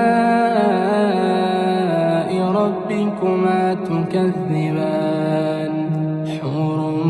مقصورات في الخيام فبأي آلاء ربكما تكذبان لم يطمثهن إنس قبلهم ولا جان فبأي آلاء ربكما تكذبان متكئين على رفرف خضر وعبقري حسان فبأي آلاء ربكما تكذبان تبارك اسم ربك ذي الجلال والإكرام